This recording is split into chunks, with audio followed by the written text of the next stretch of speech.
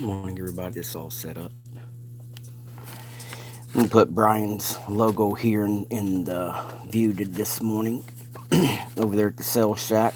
Had a great conversation with him the other day. Um, Let me see. You got to get it better. Go over there right now if you guys like. There's a bunch of great new stuff coming up. Some old stuff, some new stuff. Um, Morning, Tom. Yeah, go over there and check him out. Got loads of Ross Gibson engines in stock. Um, Loads of photo etch, and who knows, you might see a parts kit you want, a brand new kit you want, maybe something vintage to add to your holy grail stack. Get over there and check that out. Had a great conversation with Brian the other day, just talking about some personal stuff. Um, every now and then I like to just talk to some of you guys, and spent about an hour with Brian the other night just on the phone talking about some stuff, and um, it come to my conclusion that some of you guys didn't enjoy the last show, me working off camera. um, I had what was I was doing the custom front end work, cutting here, and I went off camera because I wanted to surprise you guys when I came back. Um, and by popular um, by not popular beliefs, but by messages. Yeah, I was in the zone, Tom. By messages from the viewers, they didn't enjoy not just looking at the Scaled World and Mr. Mini Dreams logos for 20 minutes. So I have to be more prepared today, guys. If I go to work, behind the camera, I must give you guys some eye candy to look at. Speaking of eye candy, morning, Jason. I see some things on the hut that I'd rather build than what I have here. So today, I'm going to offer you guys.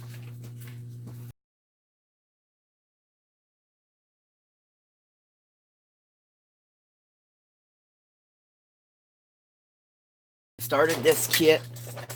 I probably started this kit two, maybe 5 years ago. I started this project. I just never got around to.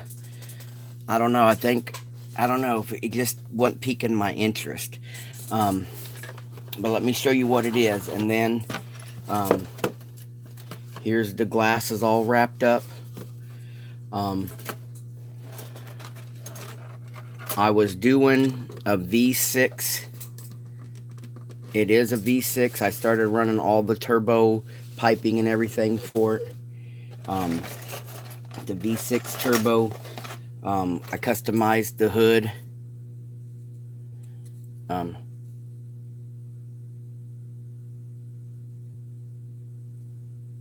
wow, but yeah, my twins came 5 weeks early. Um, Most of the NICUs across the U.S. are going to be great. At least you guys are, you know, at the hospital if anything should happen. Here's all the chrome. It's got a crap ton of parts in there, an extra V6. There's two extra V6s I put in there. Um, a nice looking nitrous bottle to run with it. Um, like I said, a bunch of Buick Regal parts to add to it. Um, to add the detail to it and the intercoolers and everything. It's loaded with parts. Still, even somebody looked like somebody had tried to start. When I picked it up, they took the 4 cylinder and had glued this stuff in it, because I know I wouldn't have done that. Tail lights are here. Just a project that I lost interest in, and I see some things, and like I said, the whole box is full of parts. I don't know why I lost interest in it. Just something. It's already started. It's already been tubbed. It is running just a regular chassis, the regular MPC chassis. But I removed the molded in exhaust and all that already. It's all been removed. Um, and it is tubbed on the inside already. It has these racing buckets in it. And like I said, the motor's done. All the cooling tubing and all that had been done. If you look, it's just something that I don't know why I lost interest in it. Just been sitting in the box. Think it maybe be something one of my viewers would like.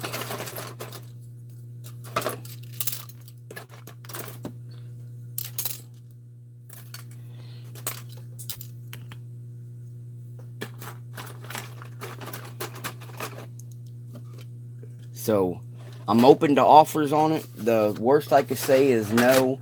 I know what I have in it. I know what I have in it, but there's things on the hut that I'd rather, there's things on the cell shack that I'd rather put in my collection that I know interest me more than this. And then, like I said, I even started the Pro Street. I even started the drag version Chevette with Gary Ruby from Ruby's Customs. It was going to be a collaboration build. He did his part by building a frame.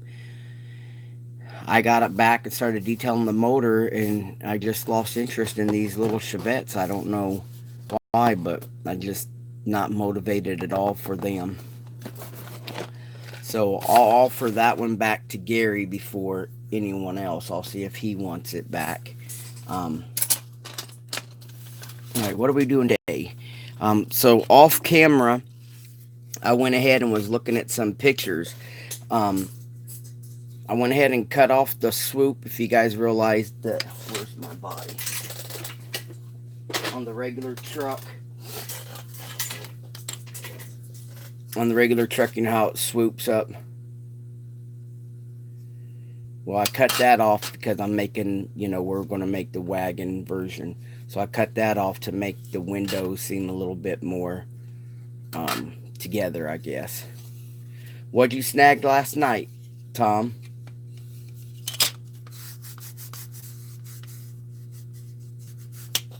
I'm going to work on this roof a little bit more.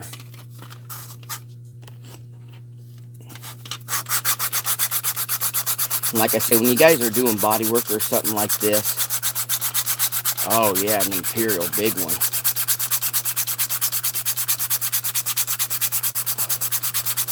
I haven't seen Clutch make a video in quite a while, but even like he said, you want something stiff that you can put your sandpaper on, and that way you're going to get an even sand. Like right now I'm trying to level out this hook and get it even with the roof. And if you use something level and that won't bend, you'll be able to keep everything truer.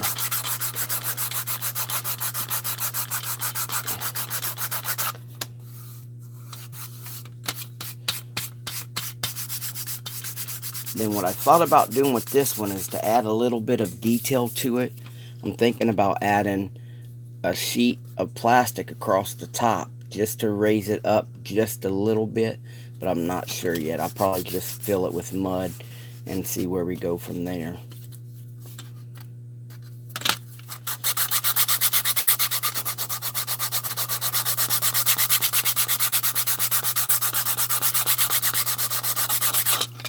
But I was wanting to, thinking about, it won't be a panel, guys. I'm just looking at something.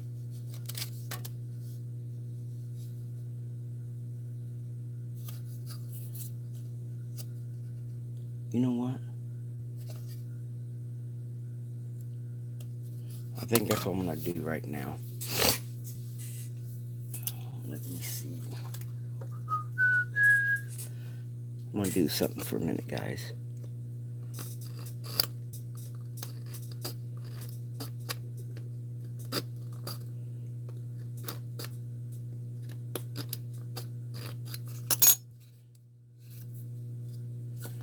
Okay.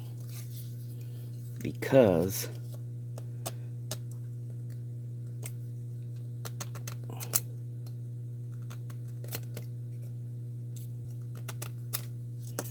I'm going to redo this.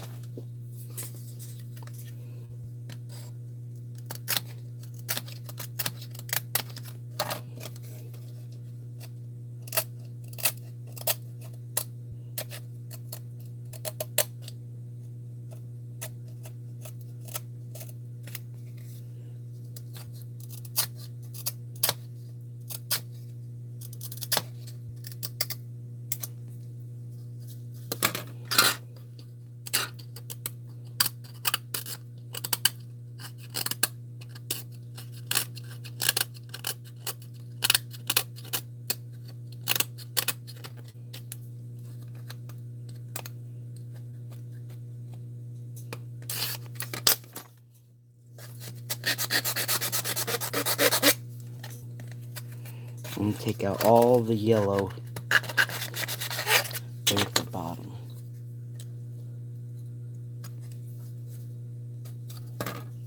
I'm going to clean all that up real quick.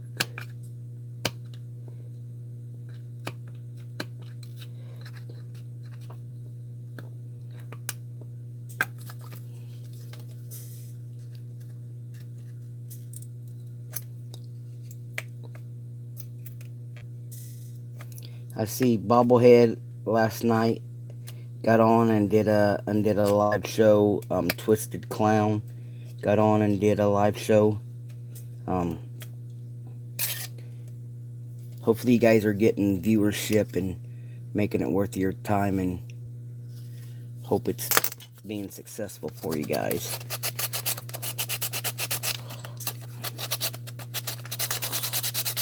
I know a few people contacted me and asked me why I did my shows so early, or and I told them it's basically because of stuff with the kids and the wife and all that. I try not to mess with the hobby when the wife is home. She kind of gets upset. She said, "You have all day to be down here. When she gets home, I should be focused on her," which is true, I told her sometimes I just can't concentrate, that I want to be down here. It's not that I don't want to be.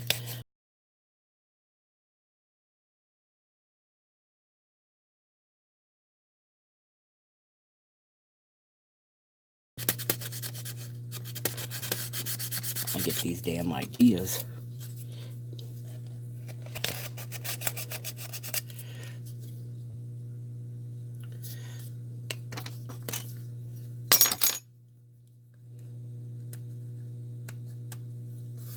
Okay. Then what I'll do is I'm going to add plastic back in there. I want to see how this side here got kind of rough. What I'm going to do is add plastic back in here and bring it up to the same width as that belt line.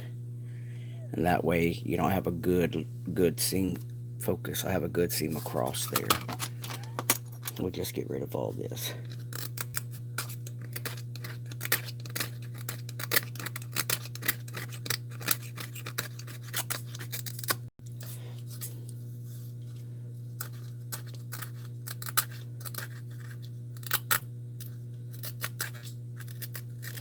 Another thing I like about doing the live shows is when I'm actually using a tool or doing something, you guys can actually see what we're actually doing, and it lets you guys ask the right questions. I know I've watched some videos and you hear somebody, you read somebody says, "What were you doing at 1:41 in the video, what was that, and at least if we're doing it live, um, it's easier for you guys to ask your questions like that.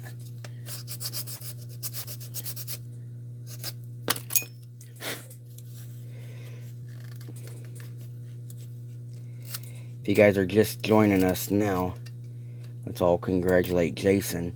Him and his girlfriend are at the hospital right now. Her water broke earlier this morning. So let's hope for a quick, healthy baby.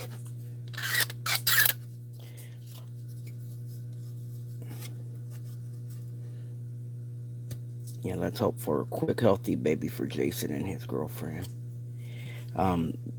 The baby's already a few weeks early, they said, so, they're going to need some prayers. I know when my twins came early, we were expecting babies. We knew he was having two babies. But still, when they come, it kind of sets everything in motion a lot sooner than you had anticipated.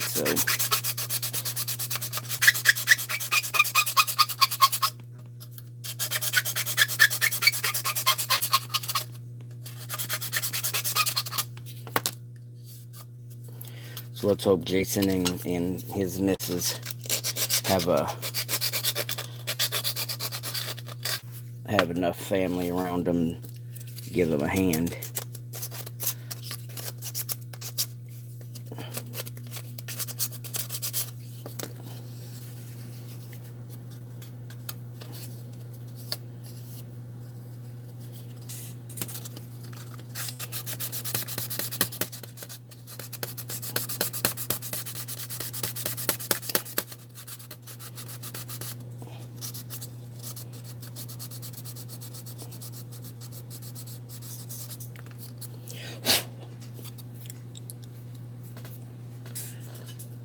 So now let's get out some plastic. We've got filling to do all around here too, don't we? Yeah. Let's get out some plastic and let's work on a trim.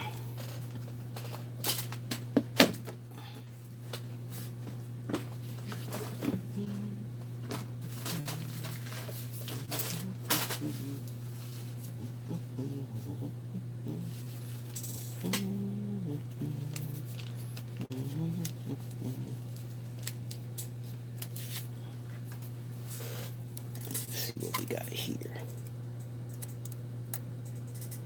That's pretty close.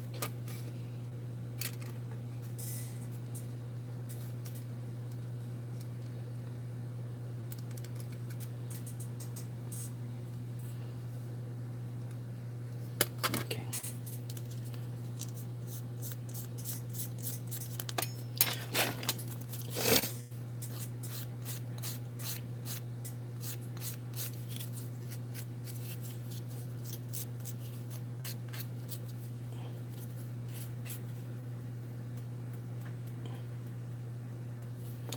Brian was telling me on the phone yesterday he picked Brian's always buying collections, guys, and he just picked up a new collection.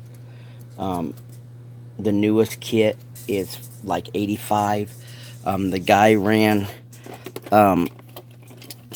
car shows and swap meets for years, and he's getting sick and getting his affairs in order, and contacted Brian. And his newest kit, he said he probably ain't bought a new kit since 85 between 85 and 88.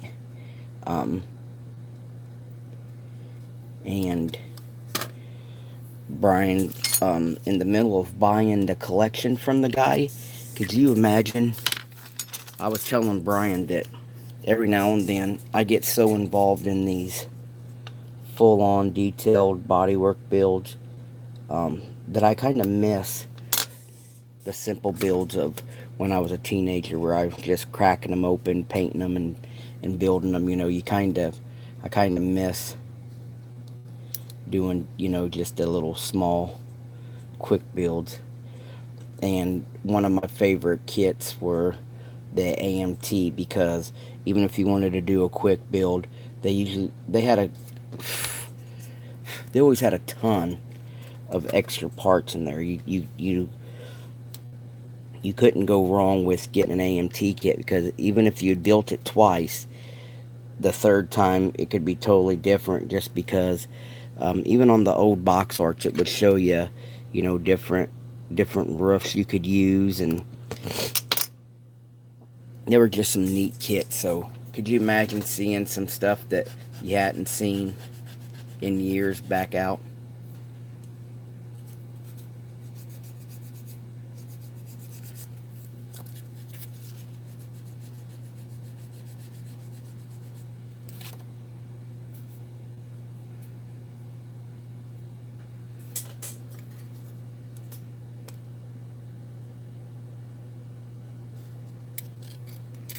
Oh yeah, Mark, the giveaway we did for um, the giveaway we did on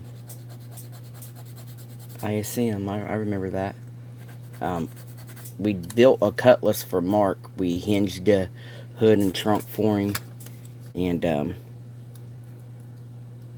sent Mark that as a giveaway prize. But we also used it as somehow two tutorials.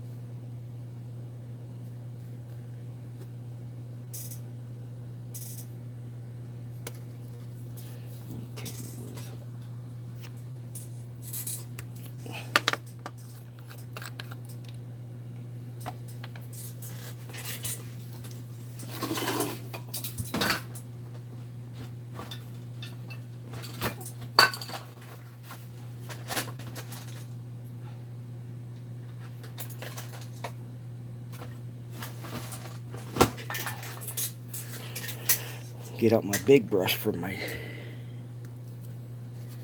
tech glue today.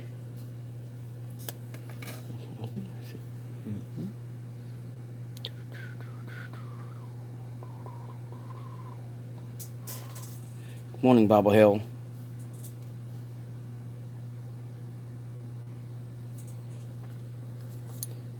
Thank you, Mark. Like I've told you guys before, there's nothing I do here that none of you guys can do on your own bench. It's just you got to be motivated to try. And then there's great people that I surround myself with. And if you go to my Mr. Mini Dreams page on Facebook and join, if you ever get in need of help, I'm surrounded by a bunch of great automotive modelers with some great history.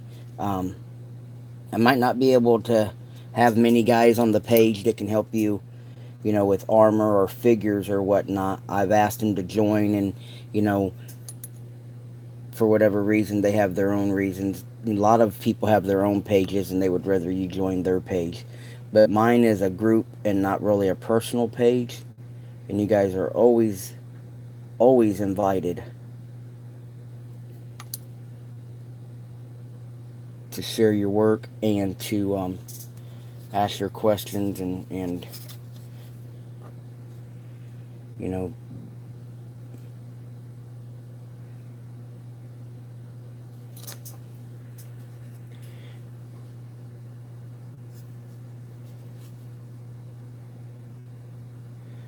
one of my, how do I want to say it, one of my biggest disadvantages in the hobby, growing up, was when I asked for help, people saw a young kid asking a shit ton of questions, which I was wanting to learn, and not getting the advice. not getting the advice that I thought I needed, if I should say it like that. You know what I mean? I kept getting shut down the cold shoulder stuff. Um,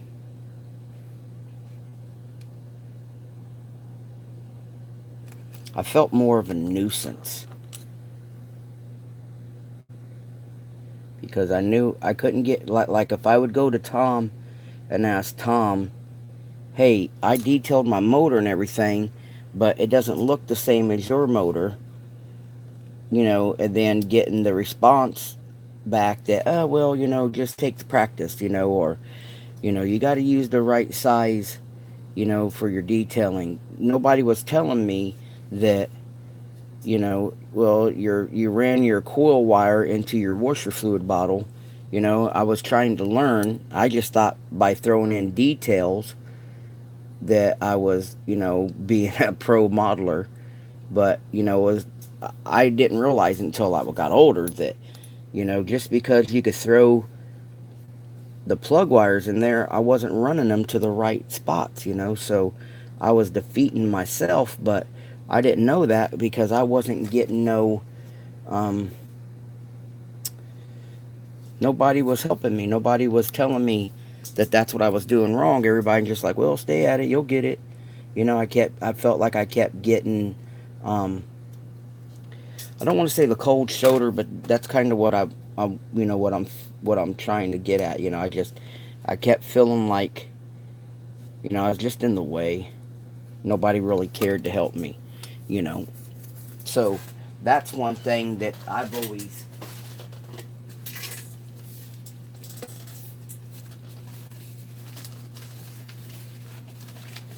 think that's one reason why I've always been so expressive in the hobby is because I've been on the other side of,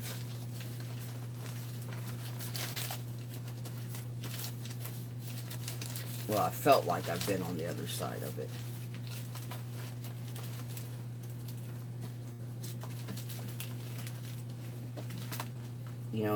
Some of these other builders, I don't know how I want to say it. Some people, some, oh, I want to say it right, and I don't want to piss nobody off, but it seems like some people are reluctant to share because they think they're going to lose part of maybe an advantage. I can see if you're a competition builder, you don't want to share too much because you're trying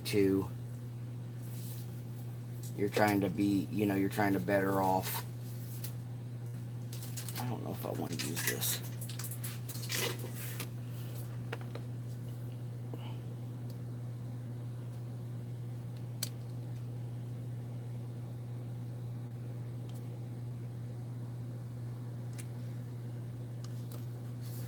Good morning, George.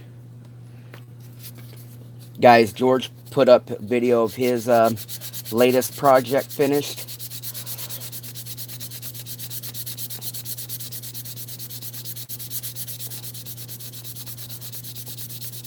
It says it's a special 5'10", but the video's not about me. I'm only 5'7".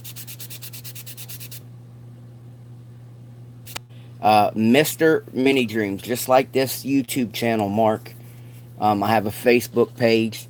You're more than welcome to go over there, share your work, ask your questions. The only thing I frown upon, guys, is people going over there begging for stuff. I will not allow no racism. I will not allow no nudity. I will not allow fighting. Everybody's in choice to their opinion, and I'll give you that. I know I get vocal on things that either stress me out or piss me off, but you got to take it within reason. I don't do the politics. Me, Tom, George, Pete, a lot of us, we don't, we have our regular everyday struggles. We don't care so much for the politics. There's plenty of pages on there. You guys can go on there, bitch about Trump, bitch about the queen, do whatever, who married who this week and who cheated on who. So, my page is meant for the hobbyist, to express themselves, to enjoy themselves, to look for stuff if they need help with something. You know, if Mark Sprue Surgeon pissed you off and you want to call him out or something like that, you guys can do that stuff through PM. But if Mark is working on an Airfix plane and made a comment that it's a shitty kit, and you feel like it's not a shitty kit, then that's a modeling debate. I'll let that go, as long as you're not calling Mark a effing idiot, or this whole page is stupid and stuff like that, because we all have disagreements. I'll hate this, like the late 70s early 80s Revell kits, and I will argue anybody to death that was the worst time in Revell plastic. They were just shit kits. So we can go, we can have a debate over that. I built them, I enjoyed them. That wasn't Revell's best years, what have you. Tom likes to share real car pictures, so we enjoy that. George likes to share real car pictures. It's a page meant for the hobby. I warn you, if you can't follow the rules, then you'll just be gone. I have some great admins on there. We don't let a whole lot of stuff pile up. If it's what do you call it? What do you guys call that when somebody just floods every Facebook page? Spam. Yeah, we don't. We have a couple. Our admins are good. They jump right on there when the spam comes up. Even the members are good about saying, "Hey, look, Manny, this guy's doing this," and we get over there and get it handled. There's a lot of BS pages on Facebook, and that's going to come with, being an open public page. So we do our part to give you guys a nice place to come back, relax, share your work. We don't criticize. We can point things out for you, but it's not about, oh, well, George is a better builder than Mark, and Tom's a better builder than George. We don't play that. It's everybody's on an equal playing field, and we're doing it for the fun of it.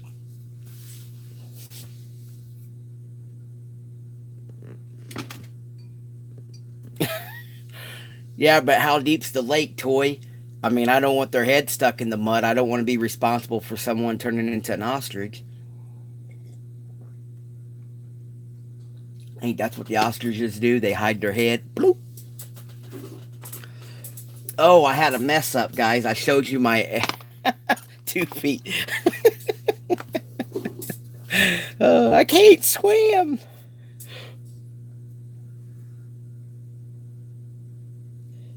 Congratulations. Yeah. Yeah, again, Jason, have a great day, dude. My Evercoat fell on the floor and I didn't see it, and I stepped on it. Busted that bag right open, so I had to relocate my Bondo, or my Evercoat metal glaze, into a spice jar. Hazards of working with too much stuff in the way. Alright, I hope you guys can see the difference that we're going with so far.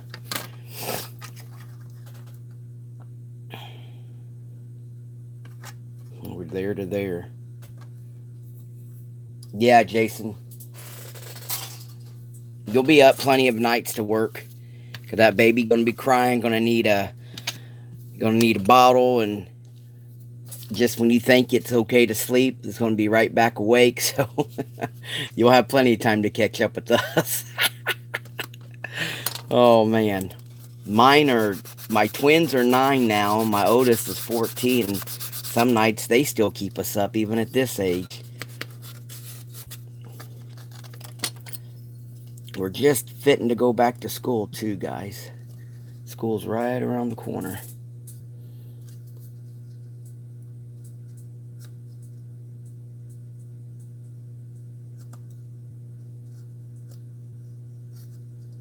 I know some parts of the country kids are already back in school, but ours don't go back until mid-August.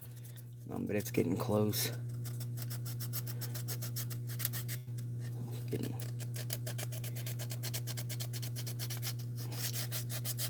I'm removing that molding so that way after we do the body work, I can come back in there and put that molding back in.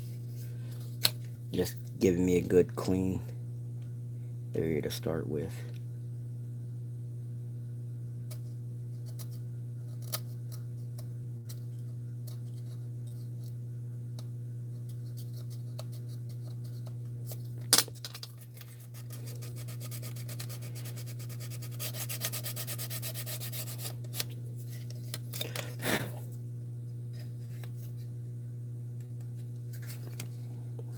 Okay.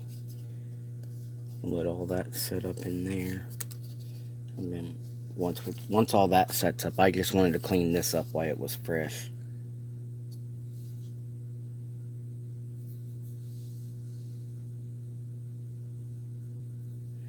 Here, I'll write it down for you, bud.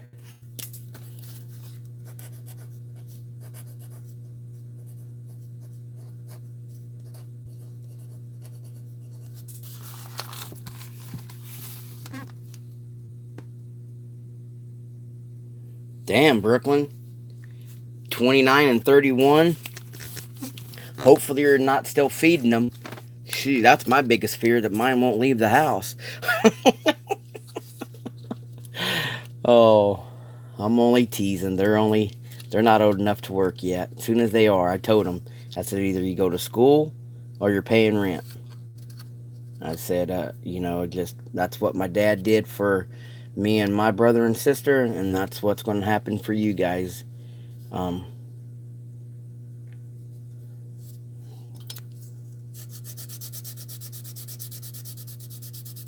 I have friends that still live with their mom and dad, and we're in our 40s now. My little brother, he's 15 years younger than me. He still lives with my mom and dad, but that's different. He he knew he was going to stay home. They had him late. And how old is Jonathan now? See, if I'm 43, he's 15 years younger than me.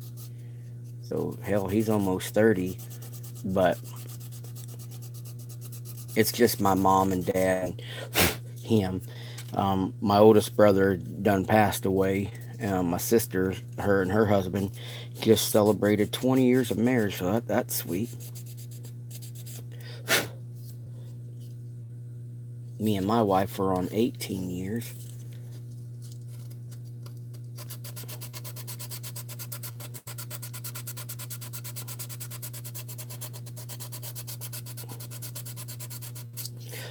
Guys, usually when I do a project like this, right now I'm just going back and cleaning up. We kind of did this one quick. If you guys was on the live feed on Wednesday, I went to show you guys, somebody had made a comment about how I make some of the wagons, because I was working on the GTR wagon, and they wanted to know, through PMs, I was asked, what roofs do I select? How do you know it's going to fit? Stuff like that. And I pulled out this Sunny was a started body. Somebody had already cut the hood off of. They made this right here. The bed was all hacked out. And I was just going to use this as a show and tell type thing. And one thing led to another. We threw the C1 Sunny kit on it, and, we went at it. Right now I'm just cleaning up a lot of stuff. But usually when I do a project like this, I like to focus on one thing at a time and then work around the body, so that way you don't have a whole bunch of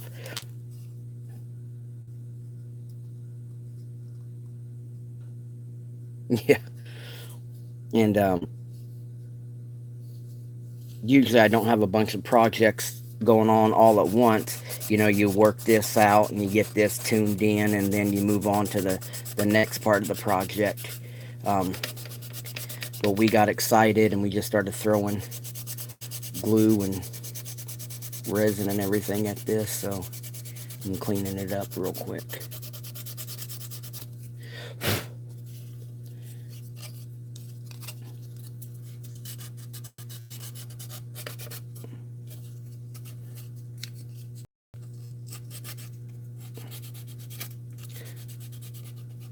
You guys can go to c1.com if you wanted to. Go to c1models.com.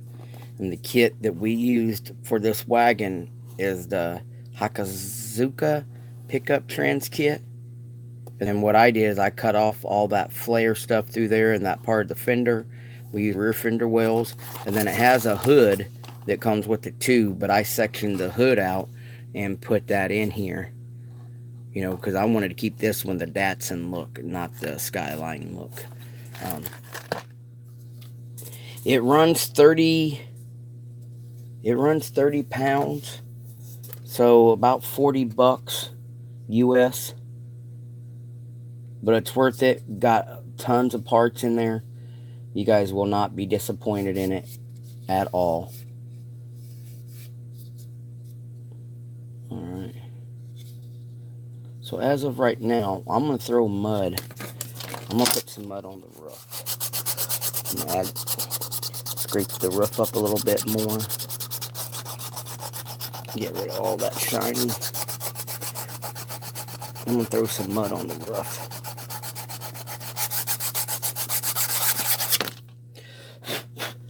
So, let me get out my bag of cards. Today's choice, guys, is brought to you by, looks like we're going to use Burger King. Alright. Get out my popsicle stick. One popsicle stick. What in the double HL?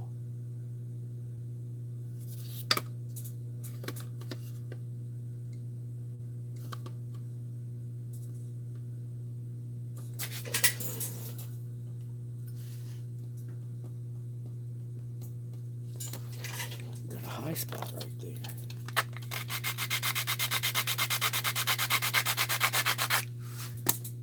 There we go. Eliminate the high spot.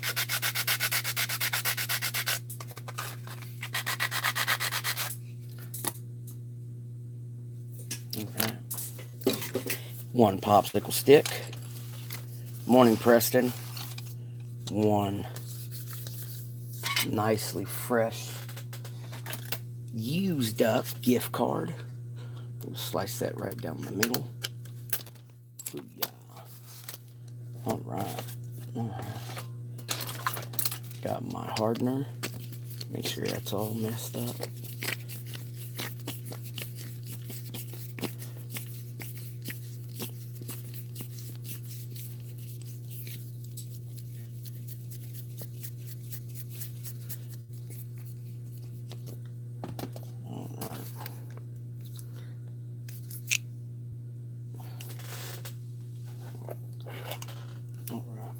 Get me a little bit of mud. Get a little bit of mud out. Ooh, yeah. Get that out right there. Close that stinky bastard back up. Do just a, oop, don't be falling there. A little bit of hardener. And you start filling that thing in.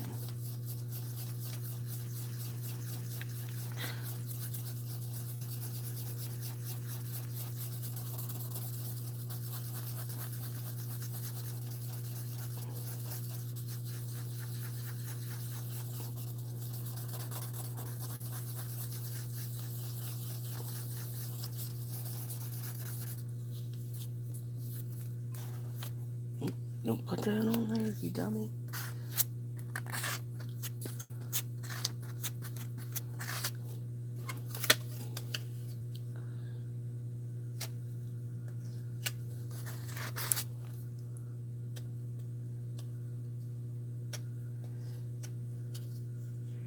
But I like Tom has a classic 57 Chevy pickup. And what I like about Tom's truck is he's got the history of it. Tom knows the guy who originally built the truck. Tom basically keeps it just like it was when the guy he got it from had it, you know, other than updated some shocks and stuff like that. But Tom actually knows the history of the truck, and I like it when some of these people buy a car, a classic car at that, and they're told that it was fully restored, but there's no mud in it. Um, every car that has repair, guys, this right here is a metal glaze. This right here ain't so much Bondo. This is just a tuner where, they use it to, finish off body work and everything. Um, every vehicle, even brand new vehicles leaving the dealership body shop, is going to have some metal glaze in it. There, you can't get around it. Even the perfect metal man. Back in the day, like when Tom's truck was first built, um, they actually had true metal artists back then, and they didn't have a whole lot of this mud compound. Um, so they used lead. They used to heat up rods of lead, and they would have a paddle, and say they put this body panel on there. Um, if you guys know bodywork, you can't weld a straight line across bodywork. The heat gets so bad it will warp it. So what they do is they tack weld it all the way around. You know what I mean? Little spot here, let it cool down. Little spot, let it cool down. Little spot, and they'd go all the way around it. So back in the day, they didn't have a filler. So what they do, they'd have a big stick, and they'd have a paddle, and they were using a torch. They would heat up the stick, then they put the lead into the heat up the paddle, then they're using the paddle to move it around to actually fill it in. If you ever took apart any car, what do you think, Tom? Past 74, 75? If you take a car, if you take it to a bead blaster or sand blaster or something like that, you're going to see metal, you're going to see lead, and you can tell the difference. It almost looks brass. Some guys even used brass, but they found out that brass was super soft um, and would flex. But back then they were using all that to do your body work, to fill in your body work. So that's pretty neat to see how history changed.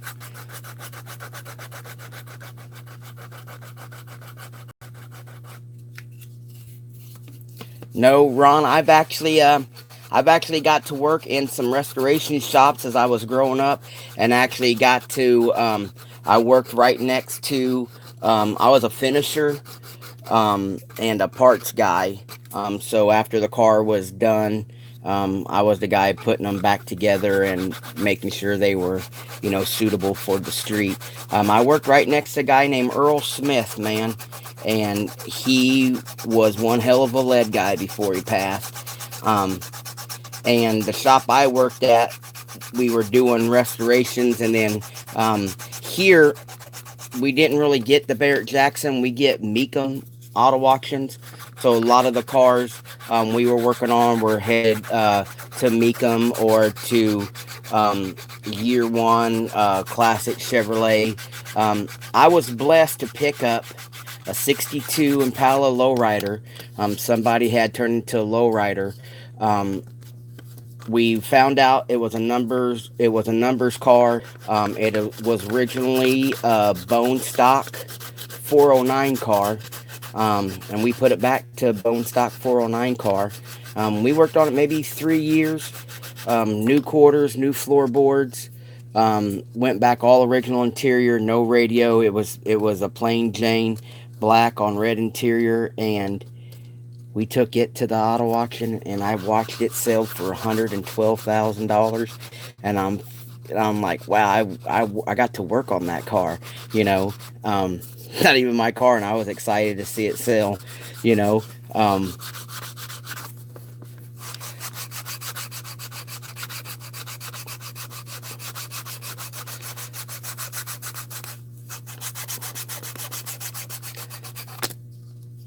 Then we got, we'll have tons of cleanup to do. I'm worried about the flatness of the roof, guys. I'm not really worried about the sides yet. I was just moving mud. And one thing about when you guys go to do body work, whatever you do, like right now, you see I'm going down the whole edge. You have to keep it even, or you'll have waves in your body work. Um, so what we're doing is just going by, and we're making sure we're creating the same edge all the way down.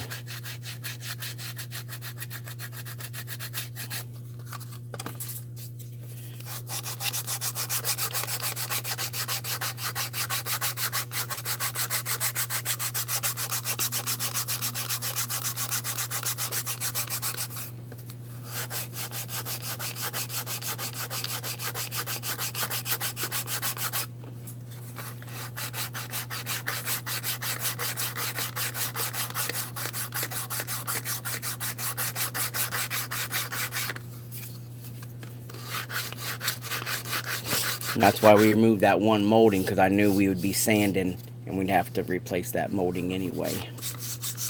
Not the cleanest process, but it's what you got to do sometimes to get the custom look you want.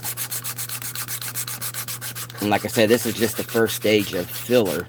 So we'll sand this down, we'll tune it in, and then we'll probably have to run another skim coat over the top of it.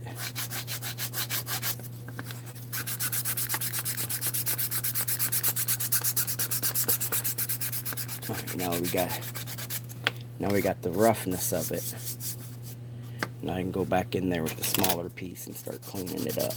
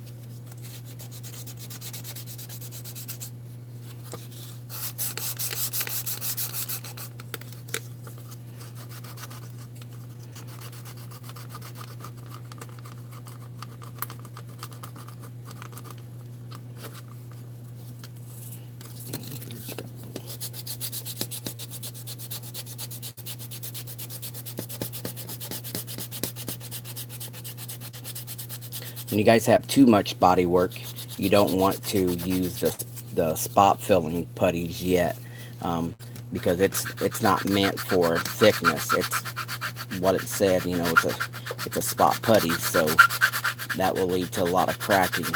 So you got to get your shape. You guys got to get your shape and stuff before you can go in there and try to fine tune it with spot putty.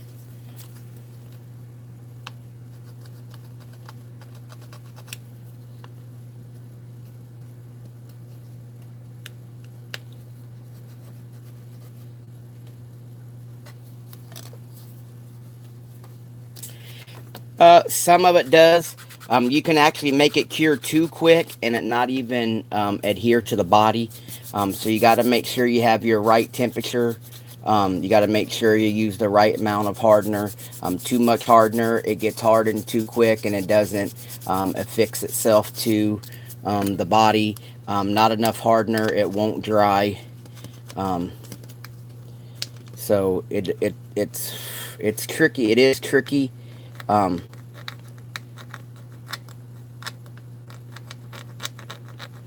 Like the old saying goes, just because you can doesn't mean you should. There's a lot of people out there that don't grasp the purpose of mud, and they try to do too much with it, and it shows in the long run. Mud should never be used to fill in. There's been, I've seen some horrendous fixes that someone just threw mud at instead of actually pull the dent out. That just pull the dent out and do it right. It's just, you get 2 inches of mud in there.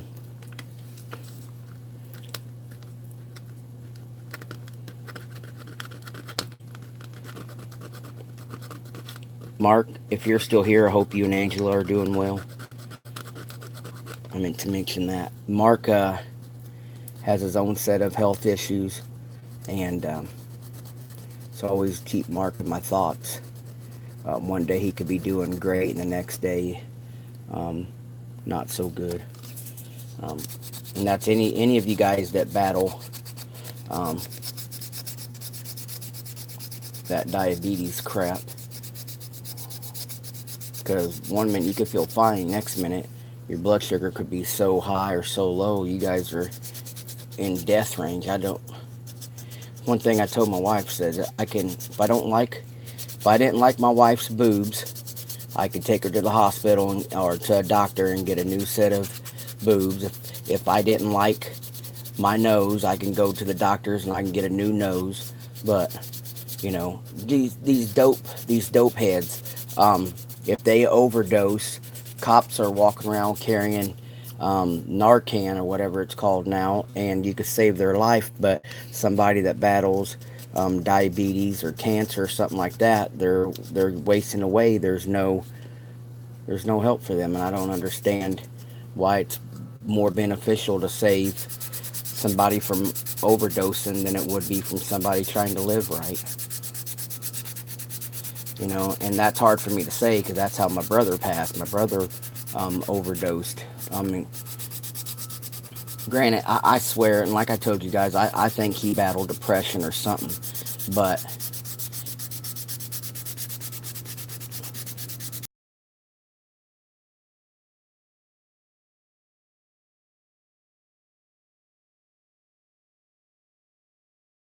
it himself to the point to where his life is done. I'd much rather see a man like Mark that provides for his family and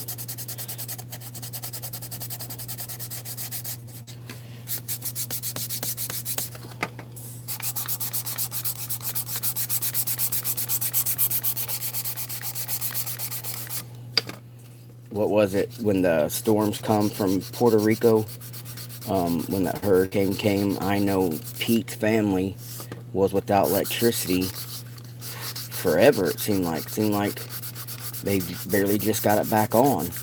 And there's people out there with so many other dire needs, and it seems like we cater to the wrong ones for some reason.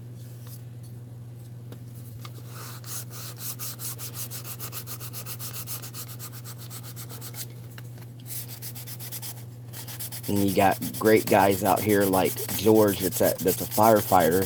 He risked his life every day. And you got Burger King guys making more money than they should because they ain't going to work. Man, if I told my boss I'm not going to work today until you pay me $15 an hour, and he said, well, you don't have a job no more. I don't get it.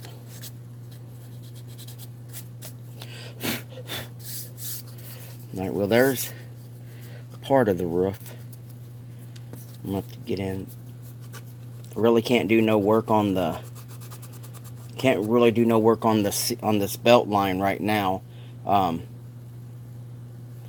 because it's still, we use the Tet glue, it's me extra thin, so we gotta wait and let it actually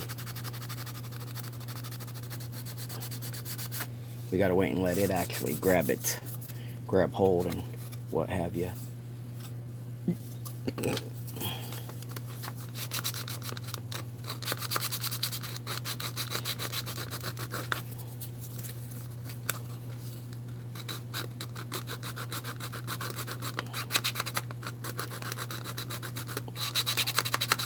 What I like to I was having an argument with the guy one day, and he made the comment that if we went to $15 an hour minimum wage here, because I work about an hour away from home, and it's an hour drive there, an hour drive home. Um, that he would work someplace closer to home. He wouldn't do that drive. I'm like, you guys don't understand what you can't afford right now at $9.50 an hour for minimum wage. If they paid you $15 an hour, you're still not going to be able to afford it, because that stuff's going to go up too, because they're going to have to pay their associates more.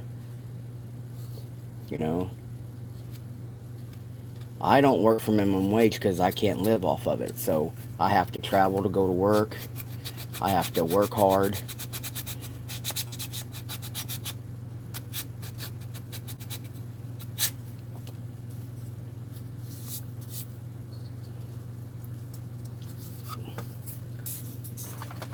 Speaking of working hard, he's doing 2 jobs at a time, and his wife works.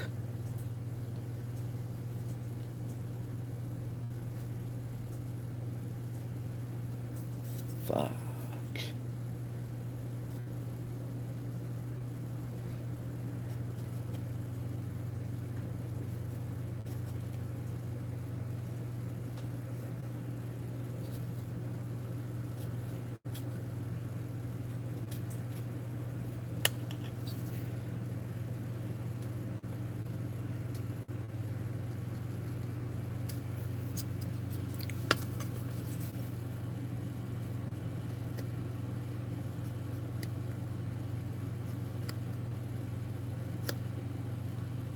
Before I sand the seam line all the way out, I better fix it.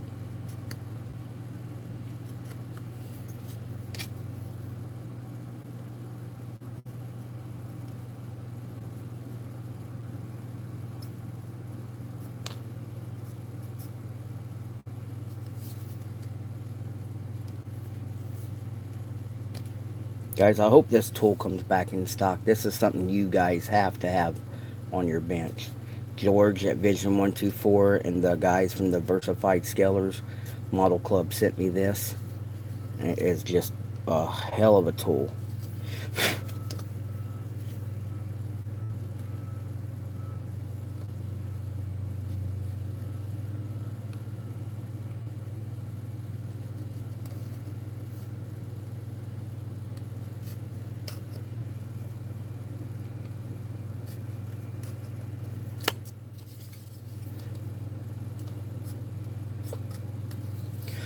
It's a panel line scriber.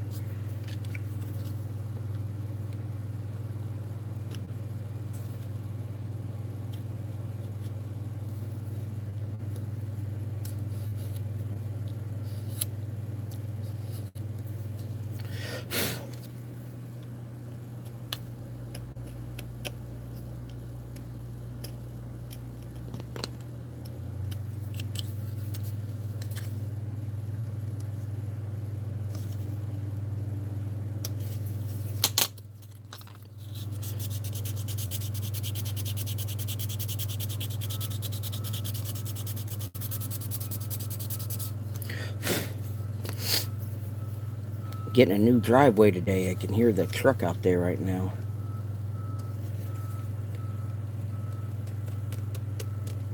They send a message.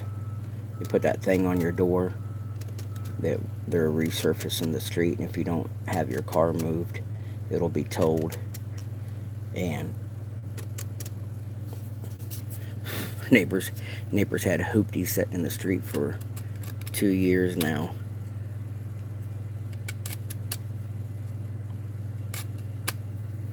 So hopefully they get that pile of junk moved.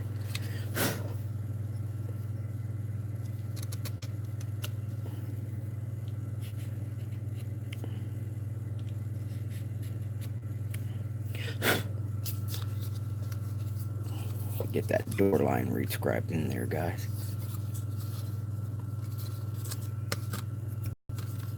Get too much sanding going on. I don't want to lose that line.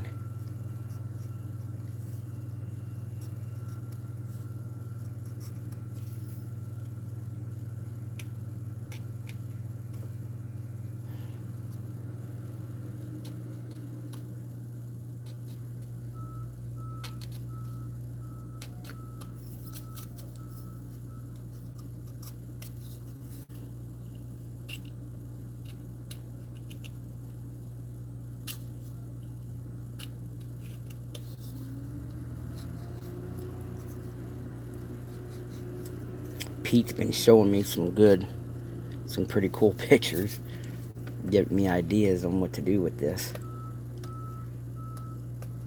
That's what's great about having a good community around you guys. There's always inspiration.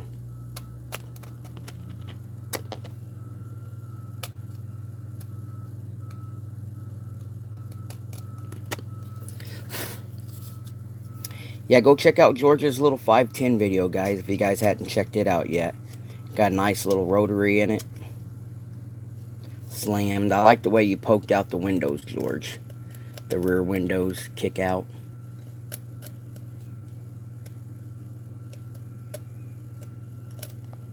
I had a Buick station wagon, a 79 Buick wagon, and it would not, the back windows didn't roll down, just the little quarter windows popped out. And I'm driving down the highway one day, and I heard a pop, and I looked behind me, and both of them just got blowed out. It sucked them right out. My pins had rusted, and I didn't know it.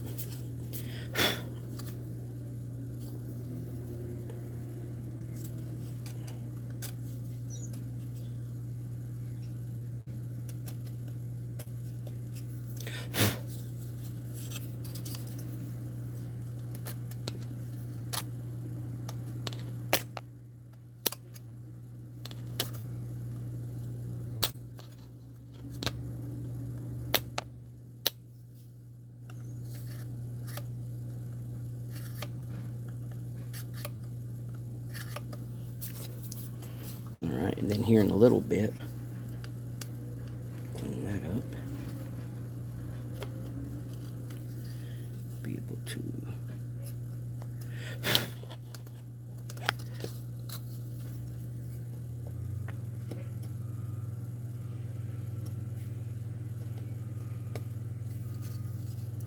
able to make a door line. I had my saw out here. Now we have to make the door line for, we have to totally make the door line for the tailgate to open.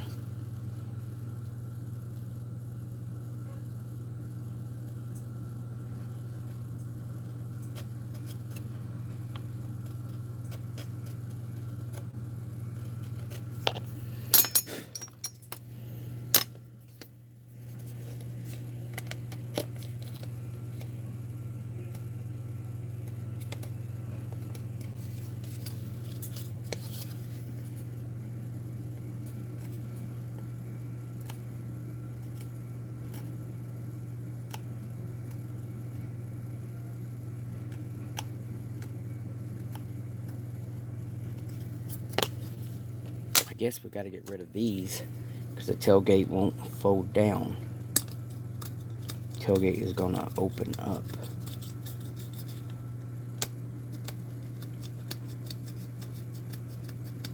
And get rid of all this.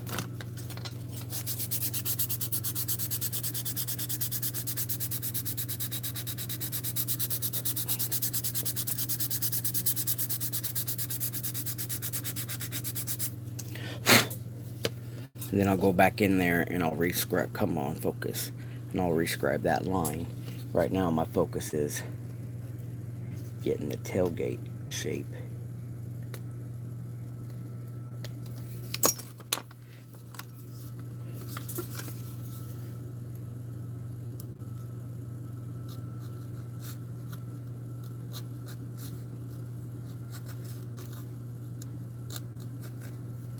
All right.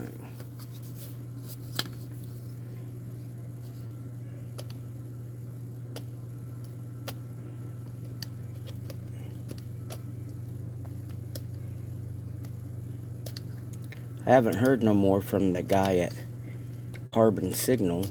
He got on the one video and was not really making a fuss, but was mentioning the fact that nobody had asked permission to use the Carbon Signal name on the video I was using, I had made. And all I told him was that we're building things that we see in real life in scale because we admire it, you know. and that we lose a lot of cool stuff because of, I didn't want to say greed, but I said greed, because of the financial aspect of it. That's why we don't get some model kits, is because GM doesn't release the licensing or what have you. Everybody wants their share of the money, I guess. I understand that, but we're building plastic models. It's like we're trying to redesign Chevrolet and put a Mustang roof on a Camaro, or something like that, and then trying to sell brand new cars. When you guys do a seam line like that, what I recommend is taking a piece of sandpaper and just take the edge. Don't fold it over. Just take the edge like this, and then you run it along. You put it in your jam that you just created, and you run it along the bottom first, and then you run it along. You can always cut it that way. I'm gonna cut it and show you guys, because once you start with a fresh new piece like that, a fresh new edge, it will stick right in. It'll get right into your jam like so. You guys have a way to sand it.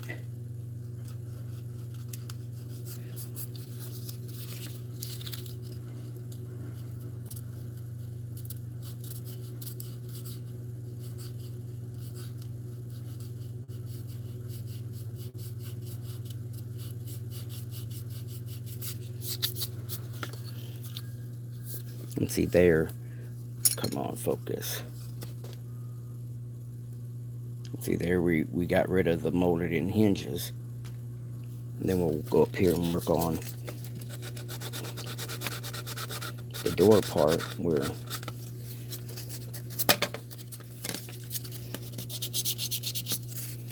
go up here and work on the door part that we created.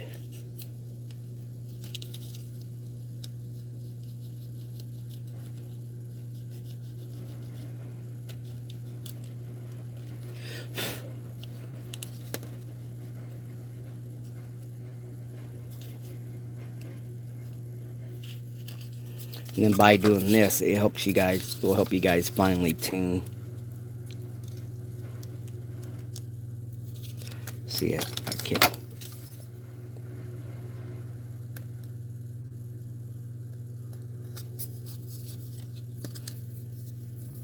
It help you guys fine tune your custom work. It's easy to do custom work just by throwing plastic and glue and mud.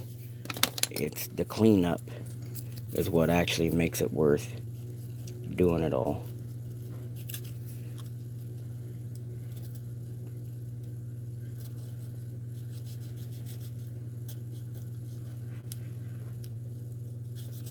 Like I said, we'll go back in there.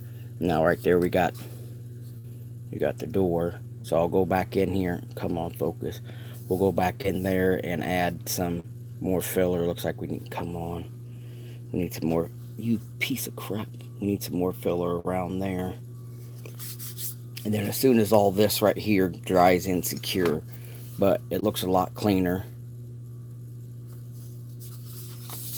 Then the roof looks all nice. So what we'll do is I got to put a little bit of more mud in there. I didn't really put a whole lot on the side just because we were worried more about the roof.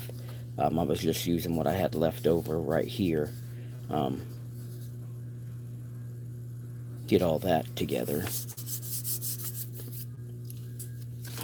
Now let's clean this up before we go any further. Alright.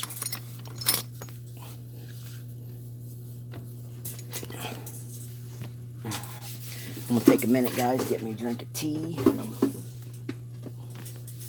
Hope you guys are all here. It looks like we're just 16 people. I'm gonna read some of the comments. I've been gone.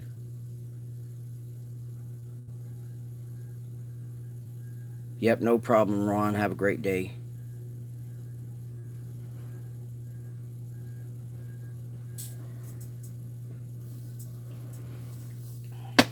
Oh yeah, it ain't my junk out there, Toy. It's the neighbors. Morning, Pete.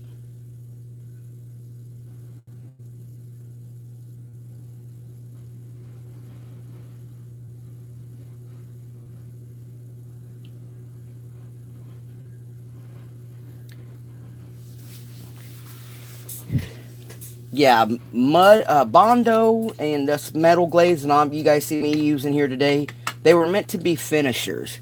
They weren't meant to actually be a filler. That's why that you had fiberglass, you had lead, you have patch panels and stuff like that. You know, you wasn't meant to devour the build.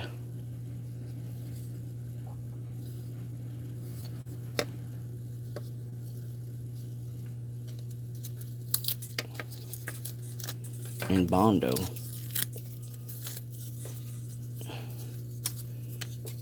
You know what? This is what's bothering me.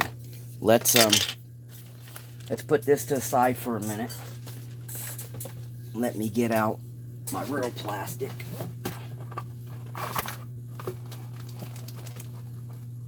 I got some old thick sign from an old grocery store. I'm eager to build the bed. So let's see what we got to do here. I'm going to take my original kit. Where's my screw cutters? Take this.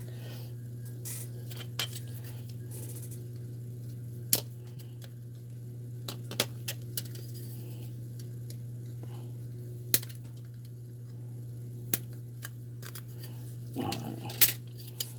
So.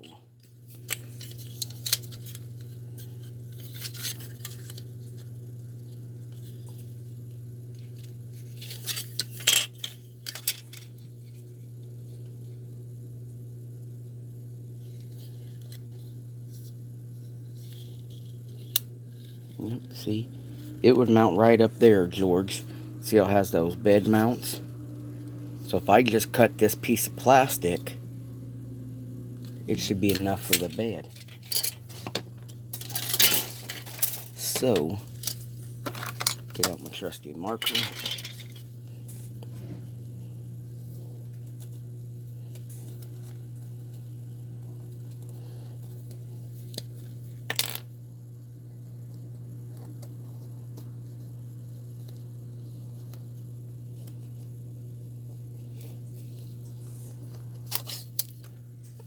Okay, first of all, get this, get that.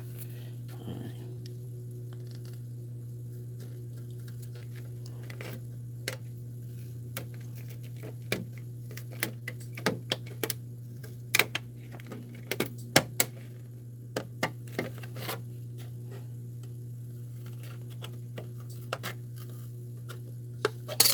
Okay, so if we do that, you do this. Okay, it should be the same length and width. Hold that down there like that. And right there will get me the same corners I need.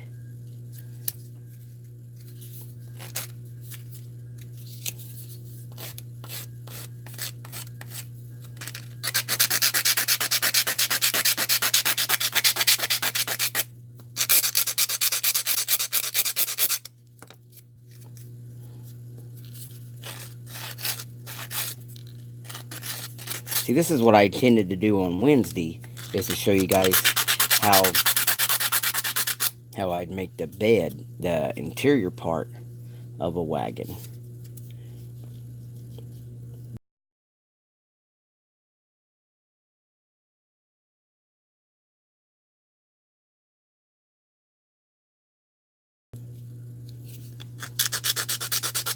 Hey, CJ.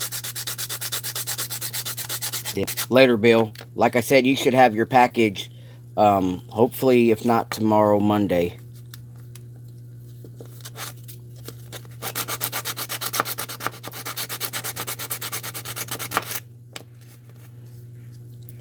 Guys, I posted up for sale today, this morning, that I have a Chevette that I just lost interest in.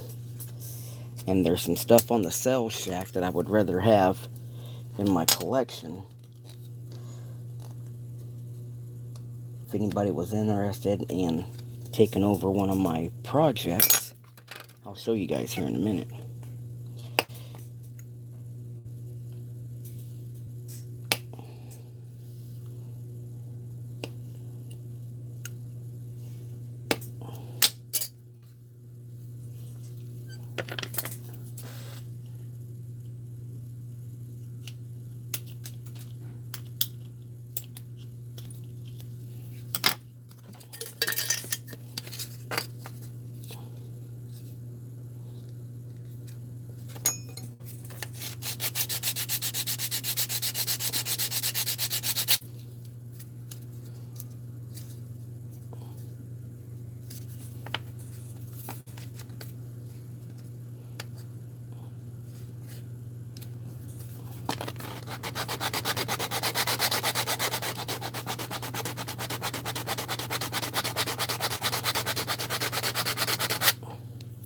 Alright, so now I got the length and the width. So now we need to show how far in do we go. So we got that.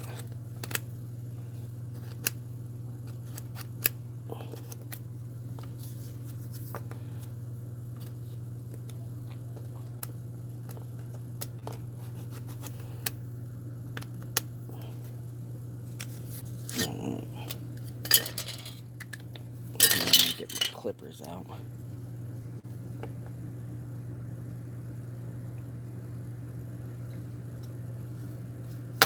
I'm gonna do this a little different, guys. I can't see what I just did.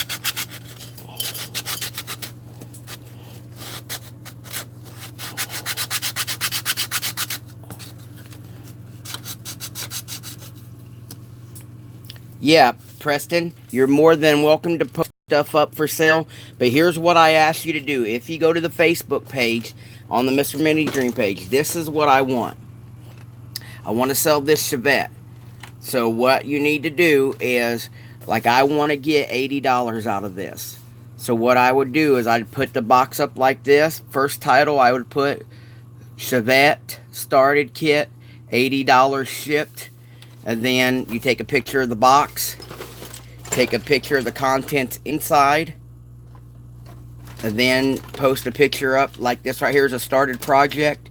So I've gotten, it's been pro streeted. It's got wheels and tires. It's already started tubbed. It's got a V6 turbo that's already been started. The turbo and all that's been started. Glass. It's got a custom hood. You know, I made a custom hood. It's already got the hole in the hood with the hood scoop. And, you know, you show them that all the parts are there. See, you show them that all the parts are there. But it has to be, you can't just, I don't want people just to say, hey, I got a Revell charger for sale, $11. You know, you have to have a picture and you have to show the contents. That way the buyer knows exactly what he's getting. And you have to state on there, I want $80 shipped for this. So you're going to have to say, I want $11 shipped for your kit plus $15 shipping or something like that. I want everything to be done in the public. I'm not responsible for any sour deals, and I don't want no confrontation over a sour deal, but I hate it when somebody says, I got this Malibu for sale, PM me for price. Because I could tell you I wanted $50 for it and agree to a deal with you, and then Pete says, I want the Malibu, I'll give you $80 for it, and then I sell it to Pete once I've already agreed to sell it to you. See what I'm saying? So all prices are up there. It's your choice whether you want to hold on to it for someone else or not. You know what I mean? So you have to be you have to make sure everything's legit when you post it up. All right. So if it's a damaged blue bomb, like if I had this right here, and I put on there, I have a built Subaru. You're gonna put on there it's missing a light, and then you're gonna show that it has some damage, and that it's good for parts or something like that. You know what I mean? It's missing a mirror. Supra. What I say, Subaru. You know what I mean? And give a good definition of what you're trying to sell, Preston. But yeah, the only thing I will not let you do, I will not let you take an Oli. Like if you have a kit and you bought it from Oli's for $9, I'm not going to let you charge a Mr. Mini Dreams member $30 like if he was going to get it at the hobby shop. I hope you understand, but I'm here to promote the hobby, not gouge it. Selling the Chevette is actually going to go to helping me pick up something I really want off of from the sales shack over there. So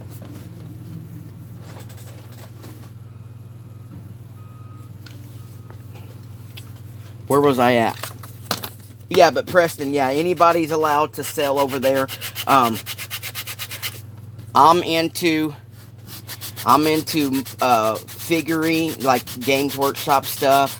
I know there's guys on my page that do the same. There's guys that build armor, airplanes. So as long as it's model related, go ahead and post it up. As long as it ain't some of those nudie Jimmy Flintstone figures, you know what I mean? There's younger builders that join up the page, and I don't want them seeing that. If you have any of that kind of stuff for sale, I know people that enjoy painting them. I'll send you directly to them, and that way you guys can deal without having a picture up. Like Jimmy, from Jimmy Flintstone, but I don't care for those figurine models that, show everything.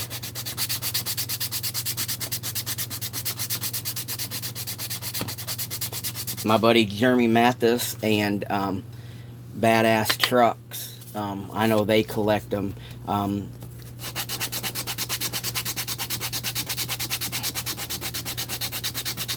So if you guys ever have those figurines and choose not to use them, I know a few builders out there that are into that. I'm not into that. Alright, now let's draw my line.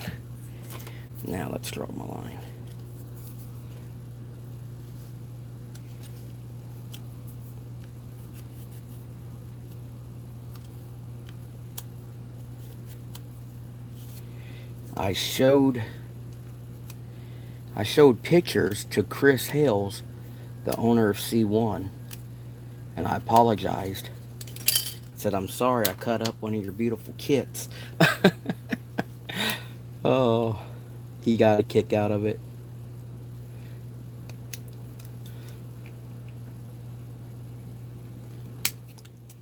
Joel from Iceman Collections just posted up a video. If you guys ain't subscribed to Iceman's Collections, he just did a review of the new Eleanor from the Ukrainian guys, from Mishi and them. It looks good. Go over there and check out that review. He made 70 kits in the first run, and they sold out right after being listed. So that's a good sign that it's got some popularity.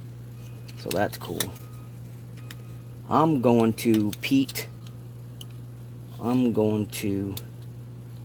the original bed's right here. So let's cut this straight back all the way to the frame to fit our bigger tires. So we're going to go right here, right there, Right there.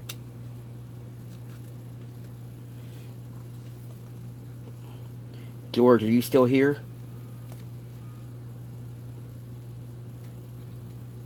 Right there. Right along that frame.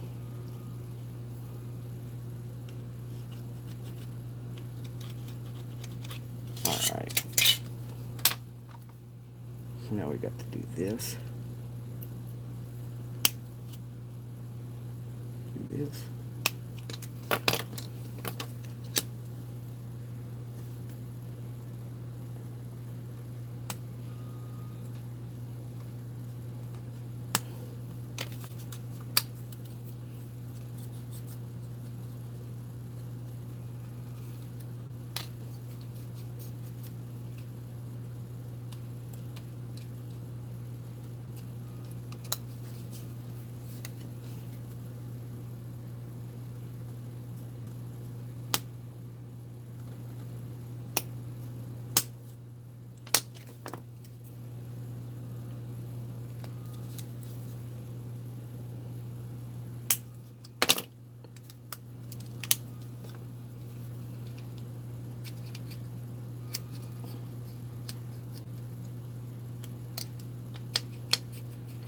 So I see them tearing up the street. I don't know if they're going to pave it today too. They're just tearing it up. Pete, you wouldn't be able to get the Acura down my road today, that's for sure.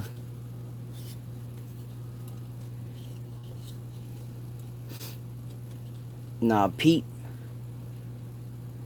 don't want that Chevette.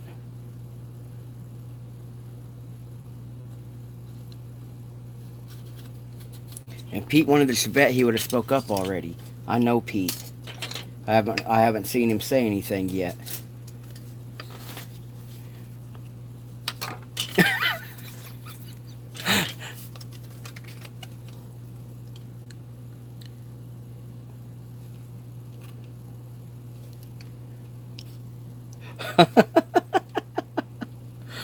Oh.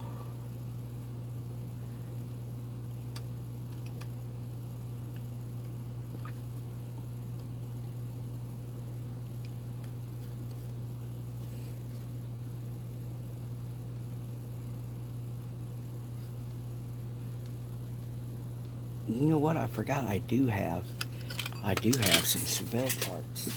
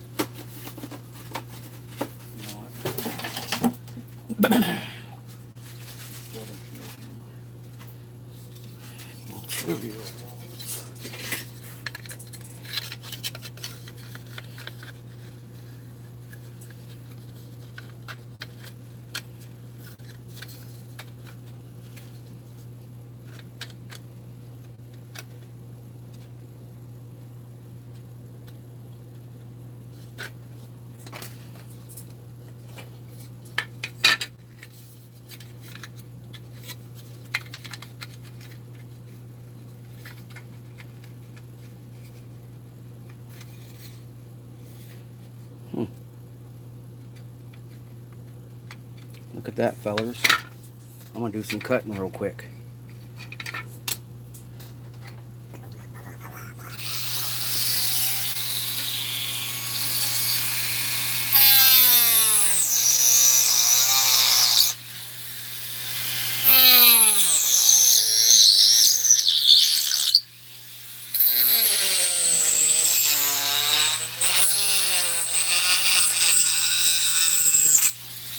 Pop.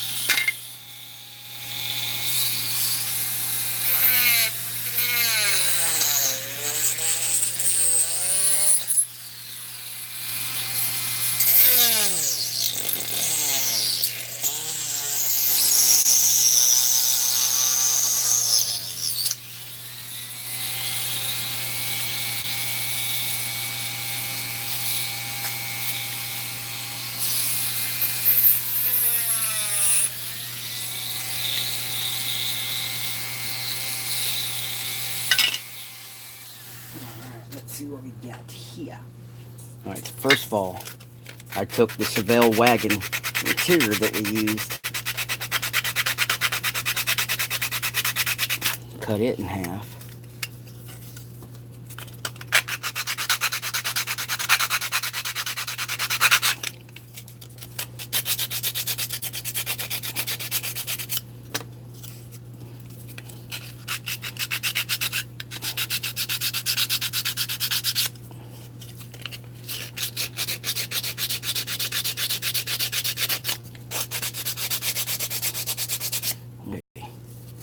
Now, what I don't know is, do I cut it straight down? Okay.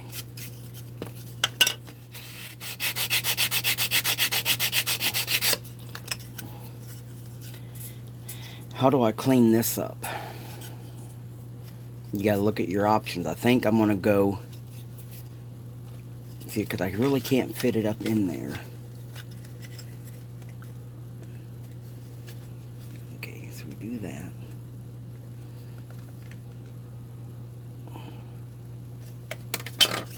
How tall are these sides?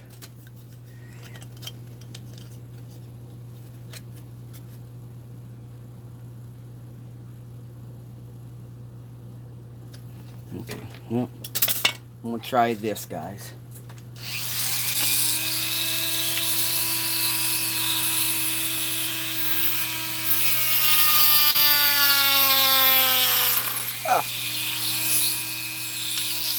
I'm getting cameras for my viewers.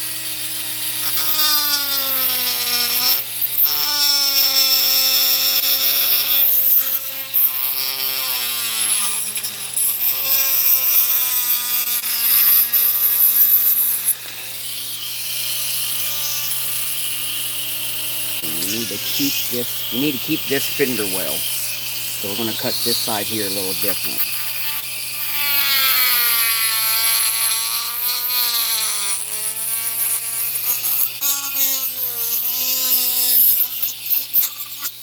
Were you guys watching that time? I was showing my engine box and I caught the damn thing on fire.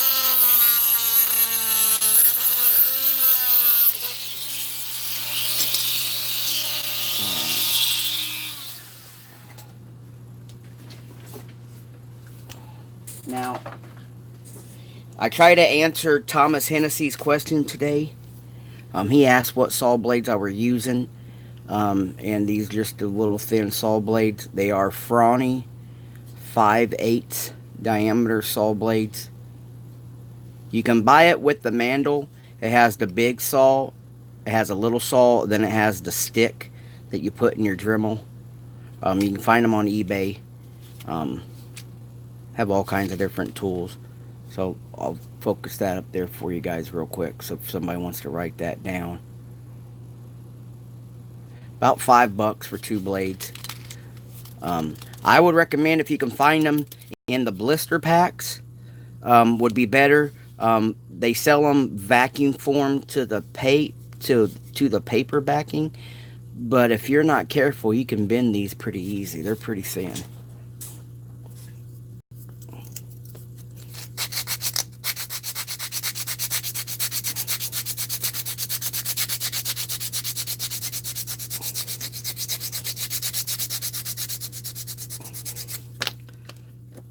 Alright, so now let's clip that. Let me do this.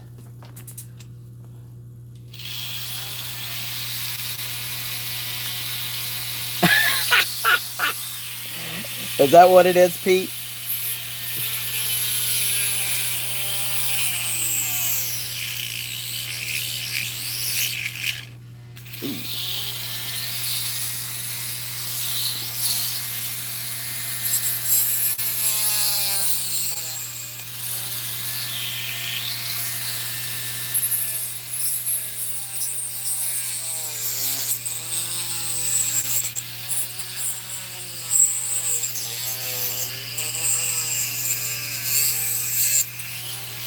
Alright, this is That's where I'm going to start at with that one.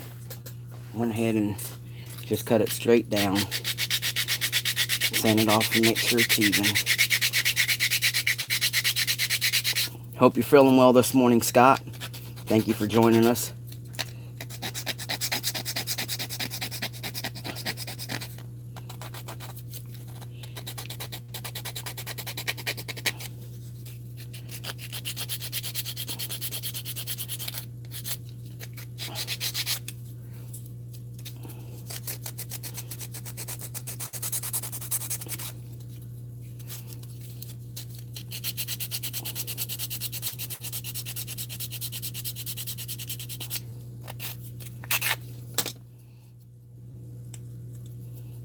Okay, so for that, we'd have to do this.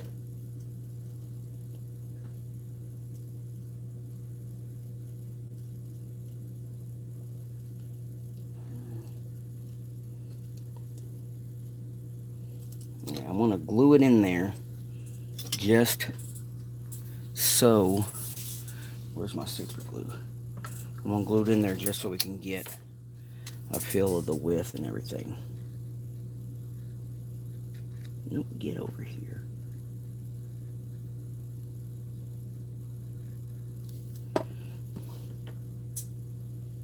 Scott, right now, if you're just joining us, I'm building the interior to the Datsun wagon we started on Wednesday, buddy.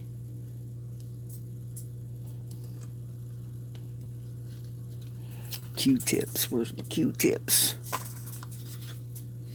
I use the Q-tips to, help clean up all the big gaps through there. And with using with super glue right now, guys, I can easily snap that super glue off. I'll be easy to snap that super glue off just so, where's my activator? And that way I could stay working on, trying to get everything sized up. Alright, let's cut the other side real quick.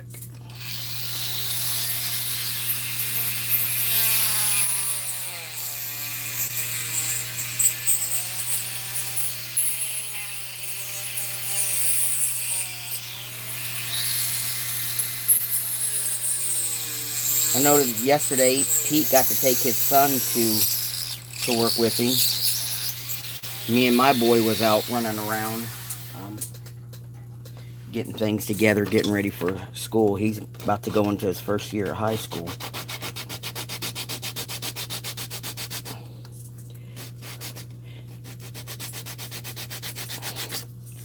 So that was fun yesterday.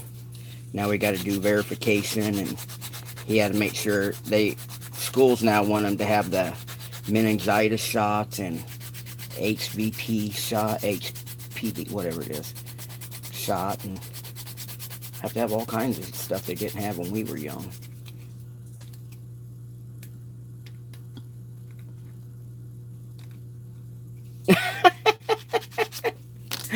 Oh, I should have a disclaimer on that blade then, shouldn't I, Scott? Oh.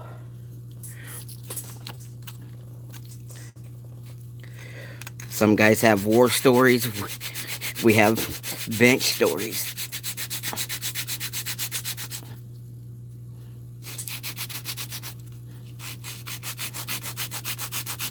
Yeah, they'll cut you.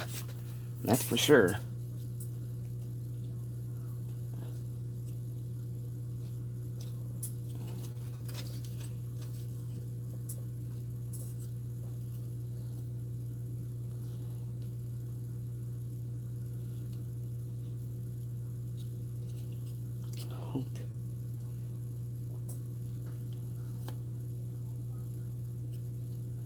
Okay, I'm going to try this way.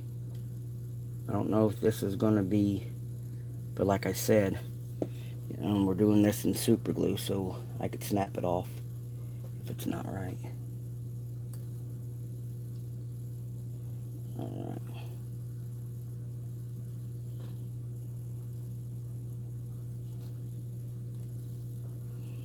Q-tips. Where's Q-tips?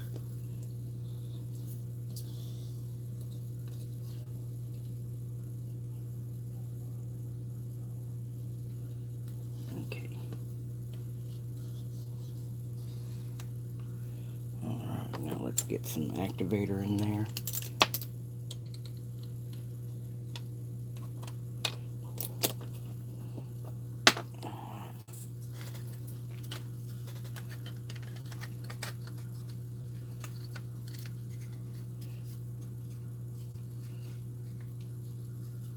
What do you guys think?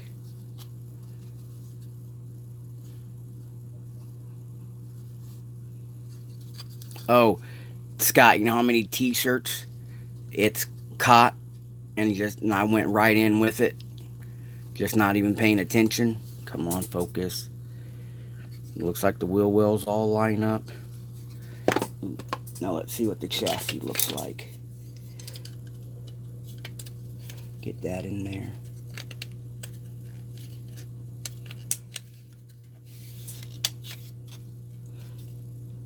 Chassis fits, no sluggish.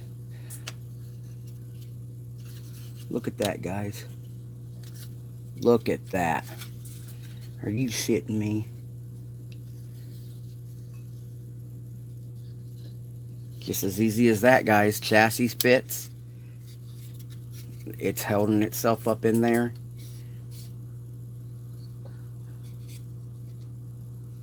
Woo wee! And it looks like a wagon rear end. What do you guys think?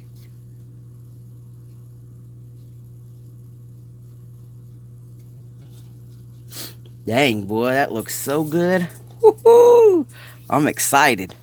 Let's I gotta mock it up now. We have to mock it up now. Patience, guys. You gotta have patience. You gotta work it.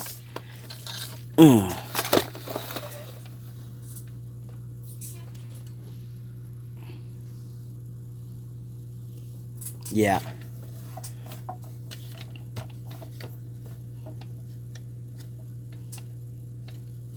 Let's see. What am I hitting? What am I hitting? I'm actually hitting the chassis itself with the back wheels.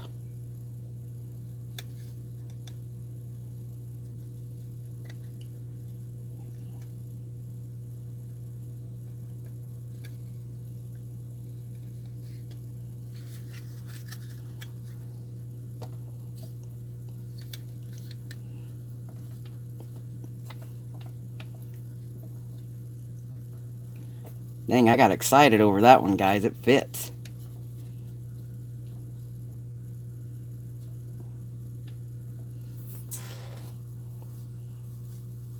Ooh, wee, this is going to be a cool build.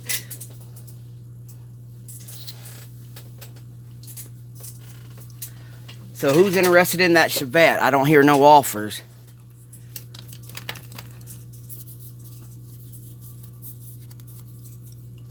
Ooh, wee, that looks good.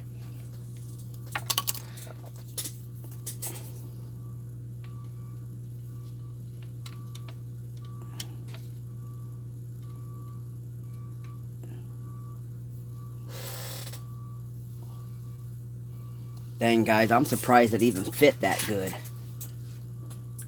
Because, hell, we was just chopping it up, going for a test fitting. Damn, I'm excited now. Damn, I'm excited.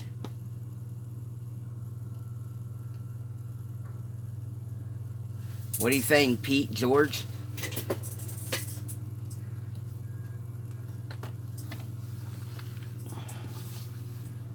Dang, I'm excited. Now, oh, man. Now I want to get the door panels and stuff to match.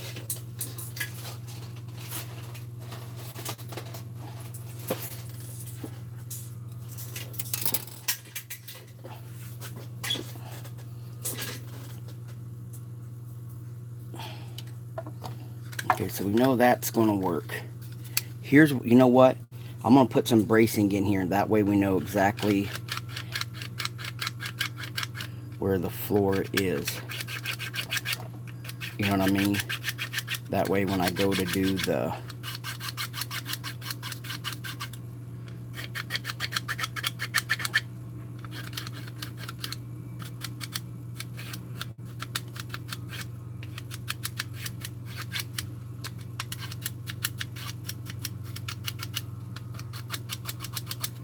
Yeah, look at that, Jason. I know you're dealing with the wife and the baby, but I made the floor out of a sheet of plastic, and then I cut up the yellow interior that came with the AMT wagon, and I was just doing a quick fit. Even get the wagon hump like a real wagon would have. Sheesh. Loving it, dude. Now let's get to the interior. And it fits snug like a bug in a rug. Alright.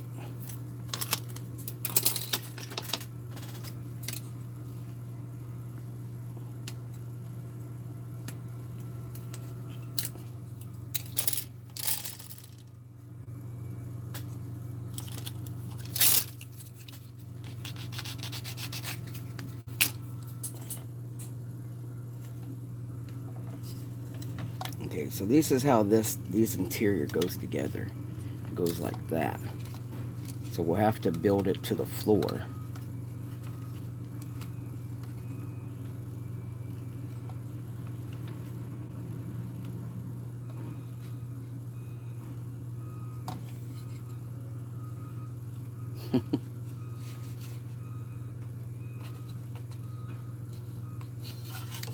So it looks like we're going to go. Hey, Dylan. Dylan, when do you guys start back to school?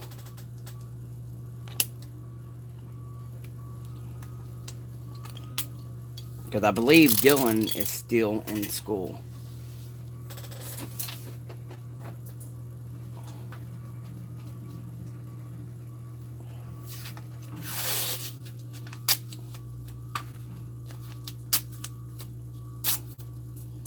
I gotta do some mocking up real quick, guys. Gotta do some mocking up.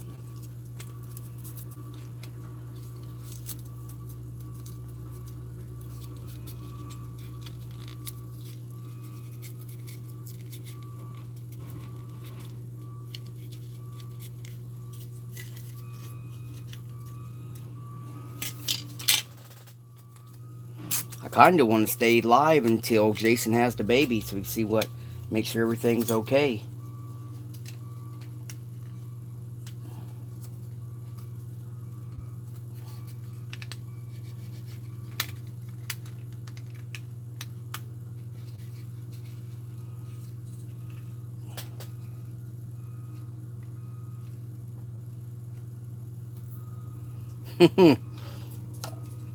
Bacon does sound good right now. I like me some bacon.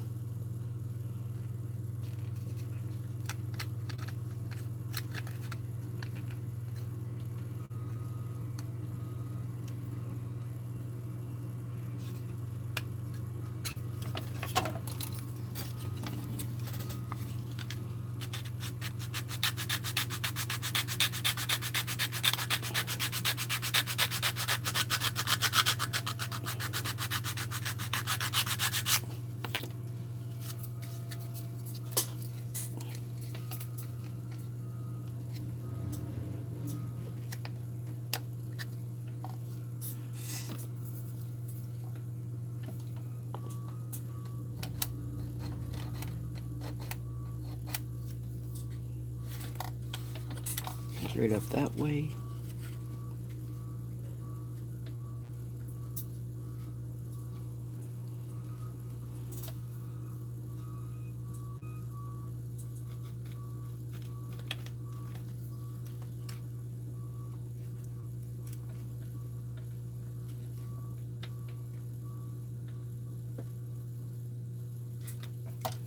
Okay. Let's see.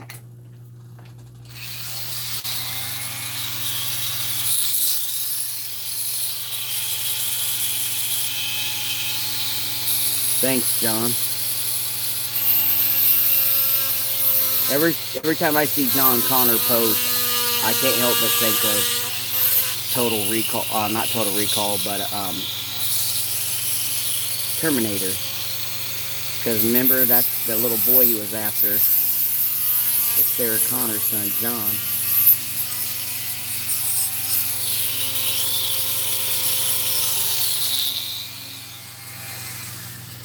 I don't know. How do you beat? Remember when the sheriff was liquid? How do you beat a guy that's liquid?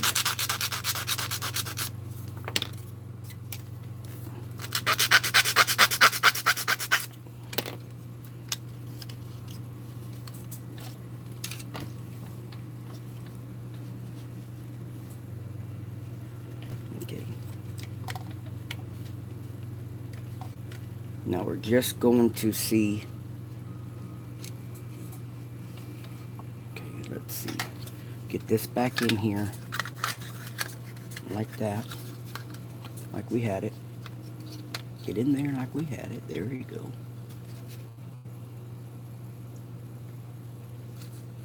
Alright. Now I'll get this in there. Like so.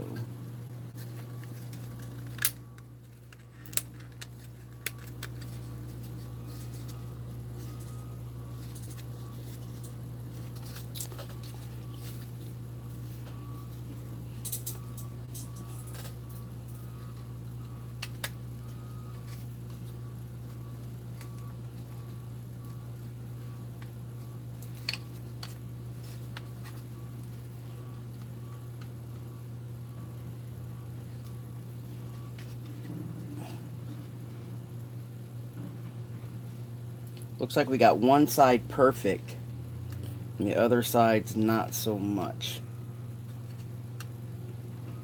Of course, it is just being taped into place. So maybe, oh, I see. We didn't get the chassis right. Alright, there it is. So we do need to round that corner off.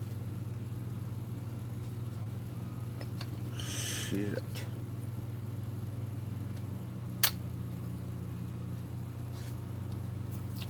What do you guys think?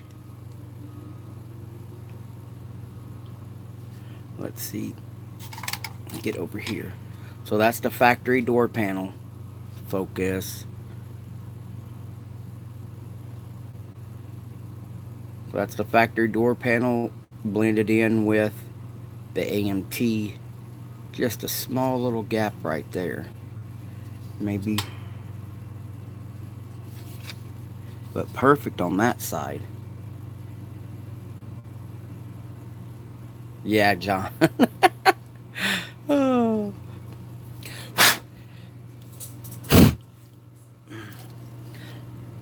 I don't know. I enjoy you guys that do the Workin hydraulic setups. I just don't like, and it's just personal opinion, but if you guys follow the Inch Gang, if you guys follow the Inch Gang on Facebook, I don't like it where they making their hoppers with the kickback. You know what I mean? I don't like that look. To me, you know, if I like it when they stay in the wheel wells, but it's just a personal liking.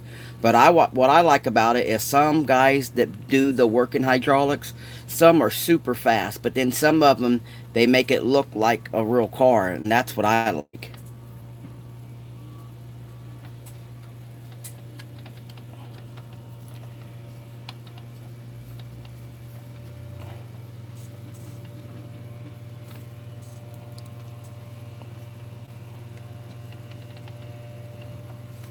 Something's not right here.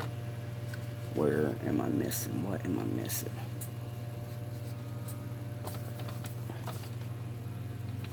Got that one in.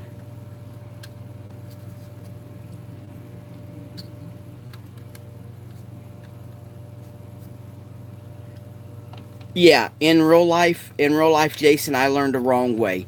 I had 4 or 5 friends that had hydraulic cars, and we would make fun of them that they couldn't hop. You know what I mean? They would just be hydraulic cars. I even had one friend that just put a cylinder in the center of his axle just so he could 3-wheel each way. You know what I mean? And basically, he was using weight. He was using weight to 3-wheel. The cylinder was directly on the pumpkin. Um, and the Powerball was directly on the pumpkin, and there was concrete in both quarter panels, so that way it would three wheel whichever way you wanted. And then he had one pump, and we used to make fun of him because the one pump was teed off to the three cylinders, two up front and just the one in the rear axle with one pump. And we'd make fun of them because, it wouldn't hop. It would only it would three wheel, but the way he had it set up. So when I built my first car, I built a Malibu, a '79 Malibu. Um, I put two pumps in it and full of batteries, and we play around too much, and the doors didn't want to shut no more. I tore the car up. I tore up a real clean car, just because I didn't want people making fun of me. So my next car I built was a '82 Coupe de Ville Cadillac. um, really appreciated it a lot more. You can have a toy or you can have a show car. You can't have both, because shit gets tore up, man. And to see these guys build full blown hoppers, back in the day, they used to call them circus cars.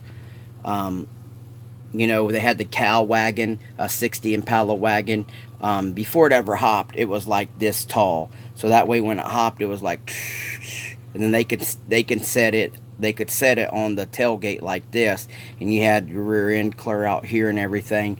Every time that car came down, you could watch it flex. The whole frame and everything was flexing, and you can't have a toy and you can't have a show car in the same one, in my opinion, because stuff breaks. And yeah, like Red's old Joker, you know, supposedly that was being shipped. That was being shipped to Japan and was lost at sea. So supposedly, that's in the bottom of the ocean, but who knows?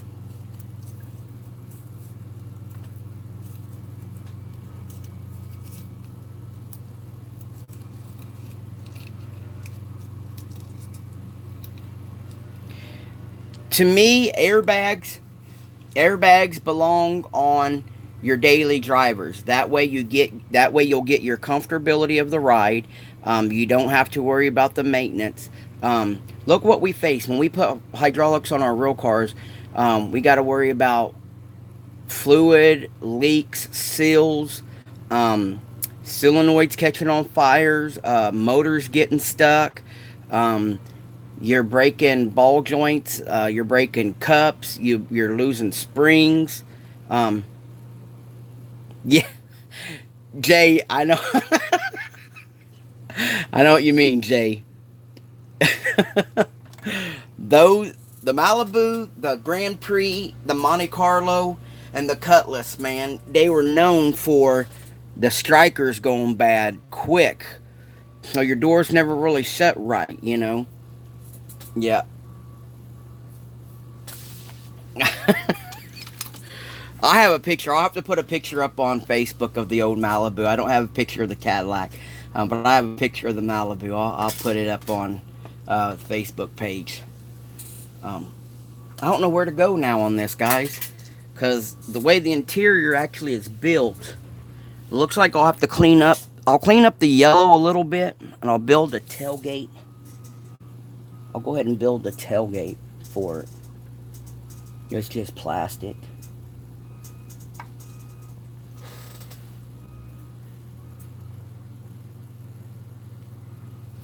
Pete's been sharing pictures with me. He wants me to make it a shop truck.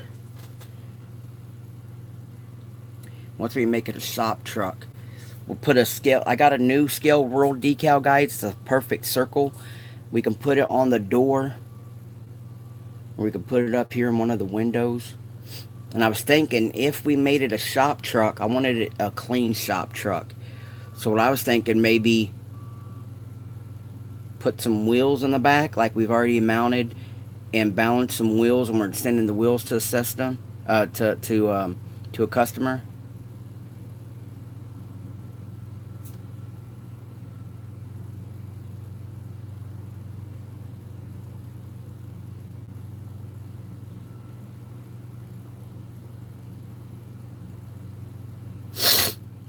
Yeah, I like accenting a lot, Jason. With the gunmetal. A lot of people choose flat black. I'm sitting here with the tet just wide open, ain't I? A lot of people like to use flat black, but I like the gunmetal.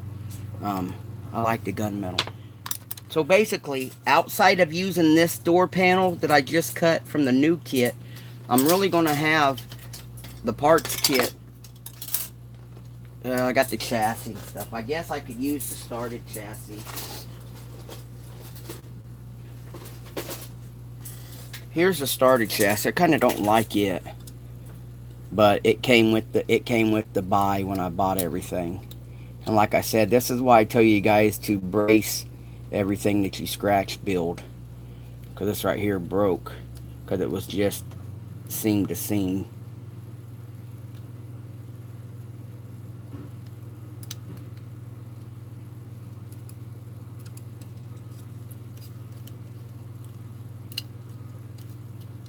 Oh yeah, the bushings. And here's what's funny is GM trucks are bad about the door bushings.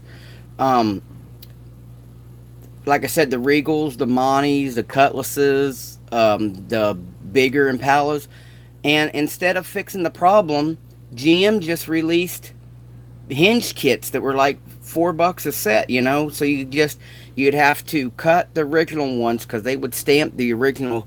The pin would go through the hinges like this. So at the bottom they would stamp it. So you got to cut the bottom off, and then the new one come with the new bushings, and you just put the whole pin in there like you would a home door. Yeah, it's like you knew there was a problem. Instead of redesigning it, you just sell me a repair kit.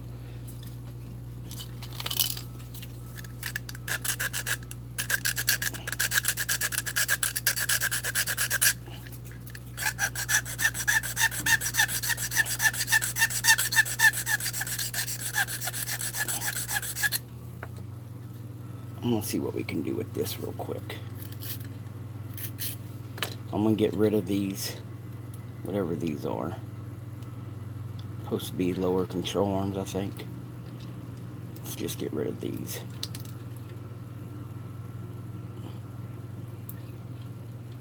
See, this whole thing is coming apart in my hands. Let me just sand all this down.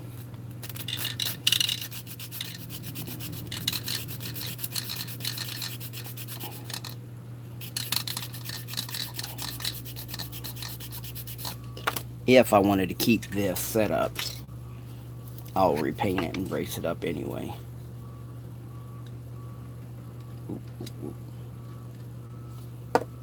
I just want to get the look of it.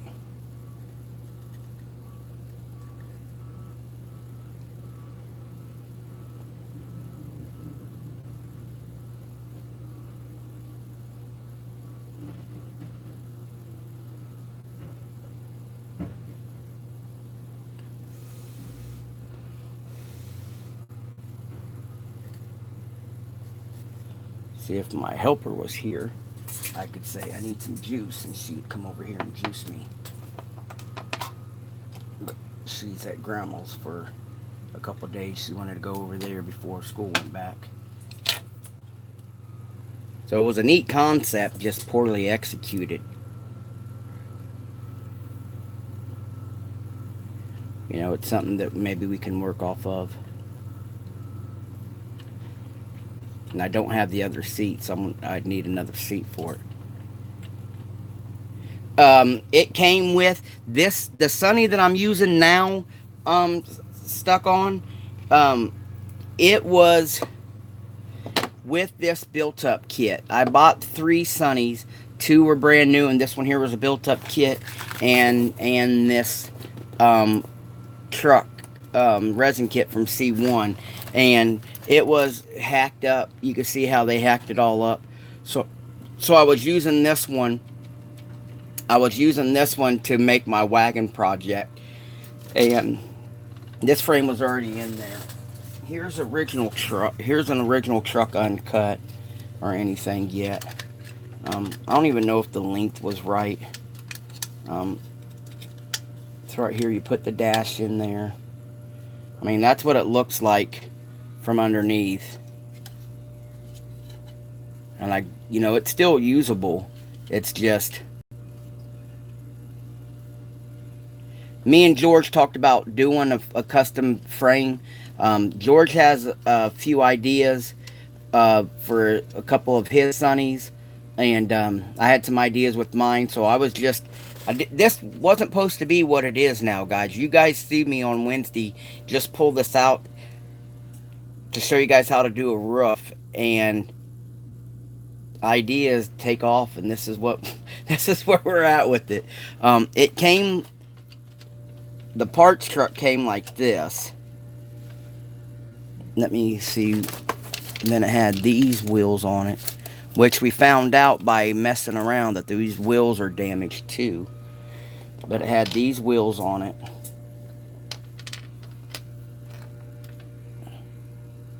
Let me move this for a minute. See, even with the C1 kit, these wheels are still too big. Yeah.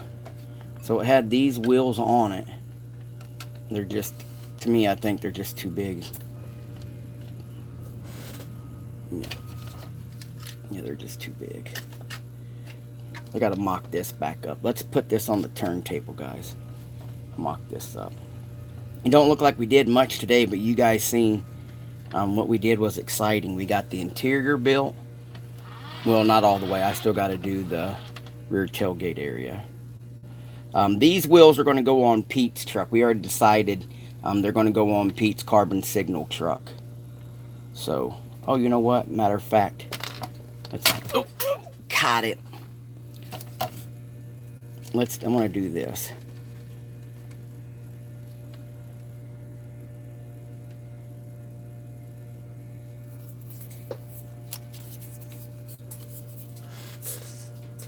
Guys, I hear like a chainsaw. I don't know what they would be chainsawing outside unless they're cleaning up around the manhole covers, when they strip the streets. So supposedly they're fixing the street today, and we were told to keep the cars off the driveway and all that. So wife went to work. I'm playing cars. Pete, I'm gonna pull your truck out. Where's your truck at, Pete?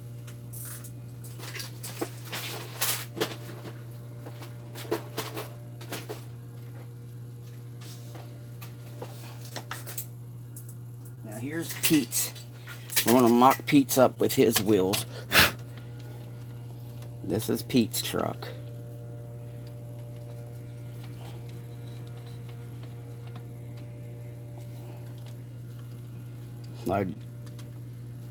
We specifically picked these wheels for Pete's truck, so let's make sure they get on Pete's truck. Alright. Like I've told you, even though I'm blessed to build this stuff for Scaled World, he purchased the trans kit and the Sunny truck kit, and I'll put all the rest into it. And then it will be spotlighted on scaledworld.net, the full build thread, once we get it complete. Now, what wheels do we want to go with for mine?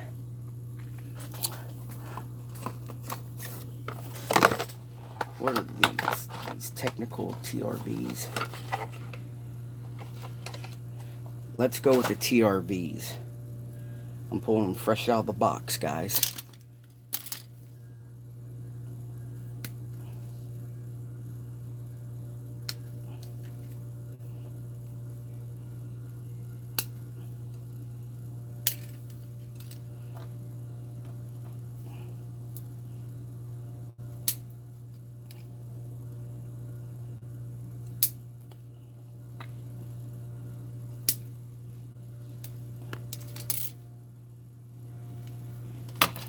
Techno TRVs. That's these ones. So you guys can't focus on those. They're a little bit wide. I gotta cut them so they'll fit under the bed. But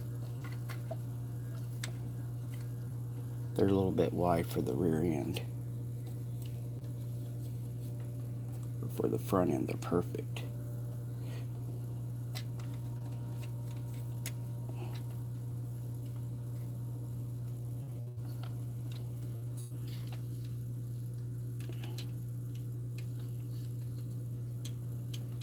So there's Petey's. And then let's get you guys at eye level. See.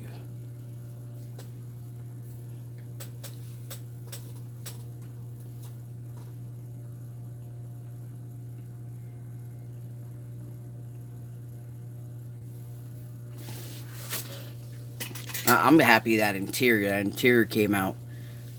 Sheesh.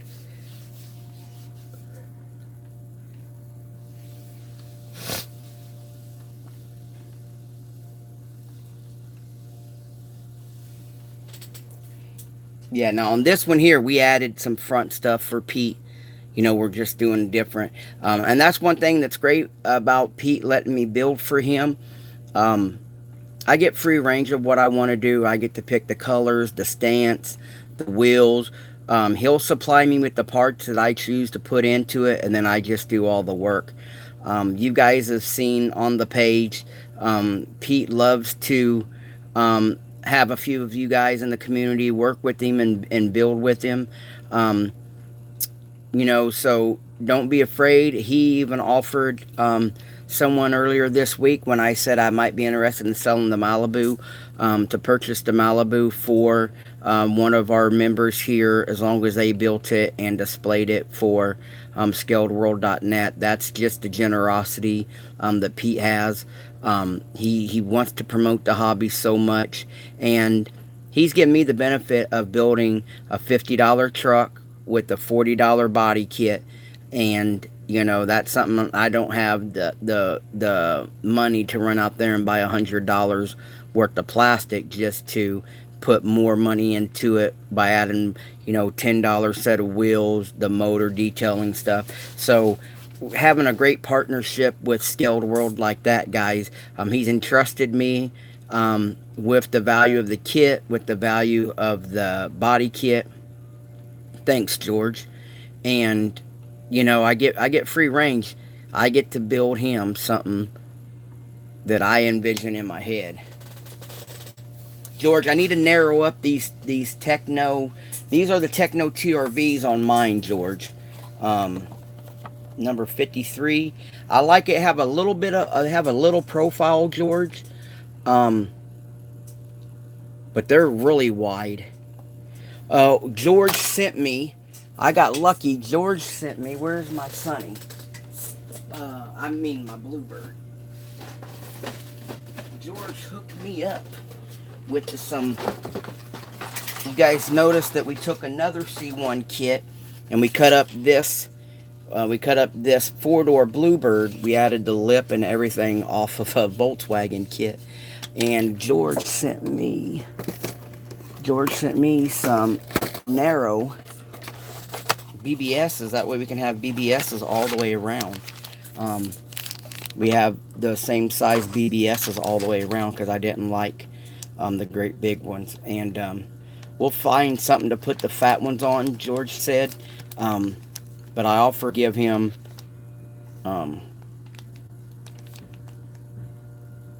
George, have we showed what this one looks like? I don't know if I shared this with you guys yet. Well, since George sent me the wheels, I can't remember. Me and George decided that the fronts all the way around looked better than the staggered look.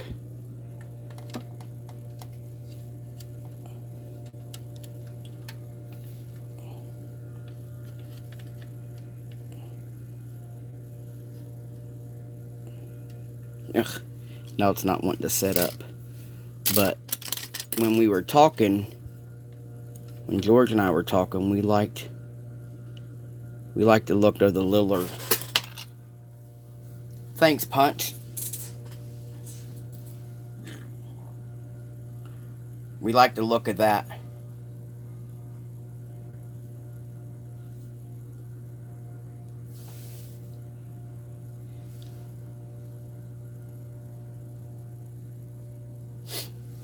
Preston, I don't know if we wanted... I guess we could.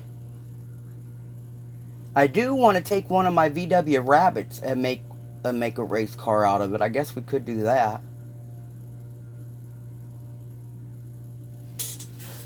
Let's see what the truck looks like.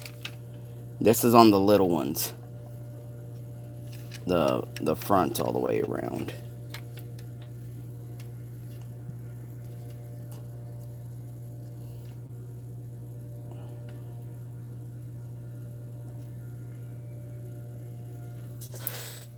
What do you think of that? Holy sh... What do you think, George?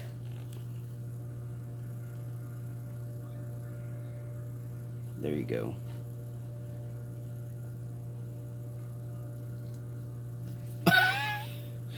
Oh man, I hate wheels sometimes.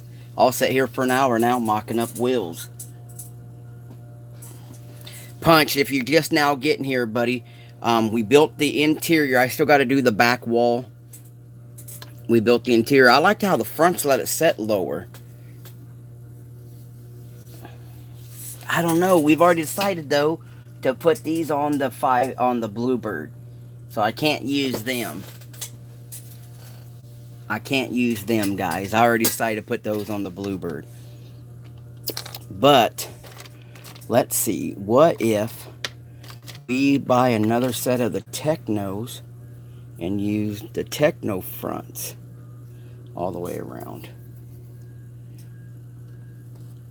Here are the Technos, the two fronts. See, they're just too wide. I gotta cut them. See, they even set lower than the other tires, so it's not even letting the front end get all the way down.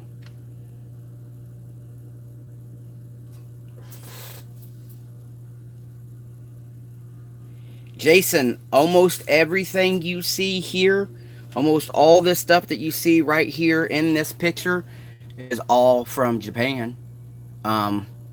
You know what I mean? We very seldom get stuff in the States. There's a few places that we like to buy from. If you go straight through eBay, we like to use Tokyo Hobby. There's Hobby Link Japan. There's Plaza Japan that has a lot of stuff. You can buy it in US currency. There's Hyro Boy that we like to use, and he ships worldwide. A lot of the stuff that you see us using are coming from overseas or resin casters. A lot of the parts that are going in, all this, the C1 stuff is from Germany, or from the UK, I should say. The clearly scale stuff is from Canada. You know, so it's not, we're not really, nothing you really see here has been local. Me and Pete ordered these wheels. What did we order, Pete? 10 sets. You know, it's been $140 just on wheels. You know, so I shipped Punch, that's in the chat right now, Jason. I shipped him a box. It was $50, you know, just for shipping to Ireland. So you know, you gotta be able to trust who you're buying from, trust who you're trading with, and, you know, trust that you're getting what you know, you say you're selling or buying, you know what I mean? And that's one thing. I can direct you to people I trust, but, you know, I can't prove to them that you're trustworthy, and I can't prove to you that they're trustworthy. It's people that I've had good deals with, and, you know, just human nature. You never know when something goes south, you know what I mean? I have several friends that I get along with that other people in the hobby could care less for, you know, and that's just the way it works sometimes. So you just, you know, it all depends upon the company you choose to keep and how you want to represent yourself. I hope you understand what I'm saying, you know what I mean?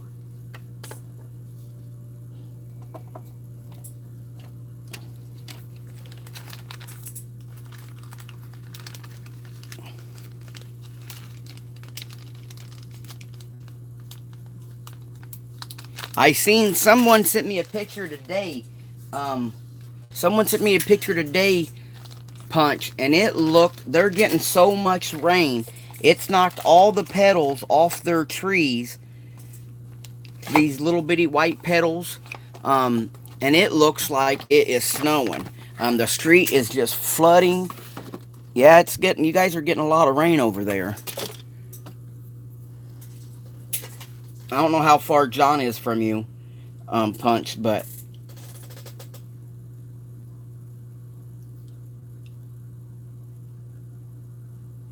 you don't like the B pillar right here? I was going off pictures that I saw. So that's like that, Punch. I'm gonna cut the lips off these wheels real quick. Where's my other? Oh, we got. Oh,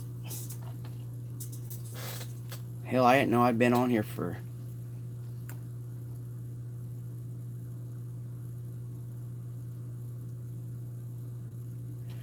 Jason, I forget where you're from. Then I thought you were up in Canada.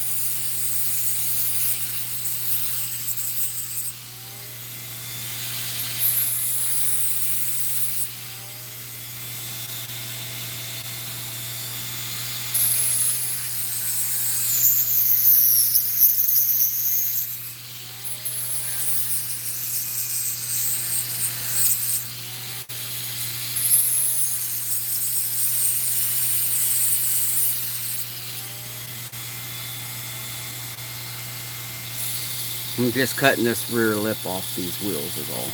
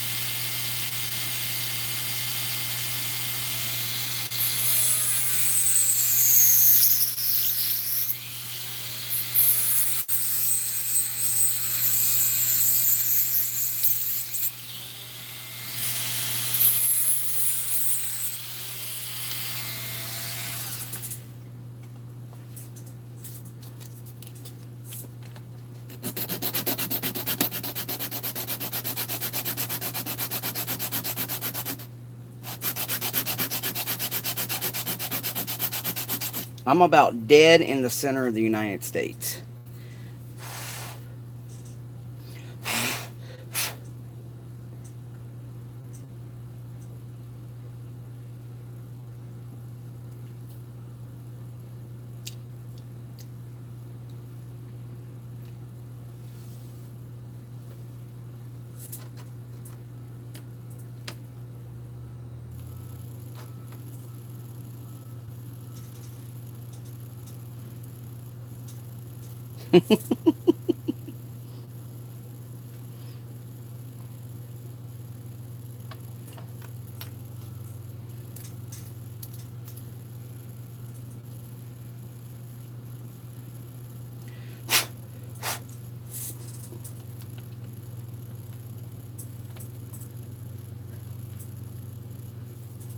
See, once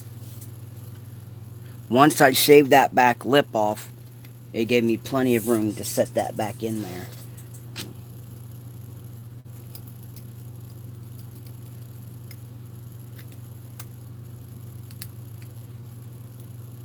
It looks like they sent me a whole set of the same rear tire though.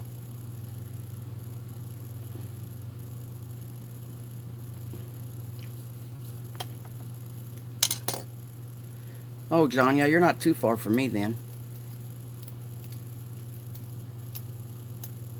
Maybe about 7 hours if you're in Charlotte.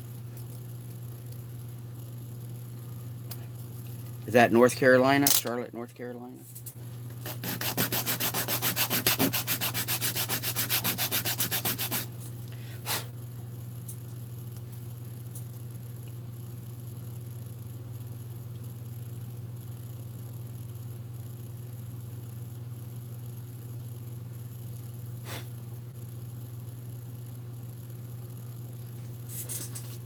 Well, you won't be able to say that for long, Jason. Once that baby gets here, she's gonna change. She's gonna change all kinds of things in your life.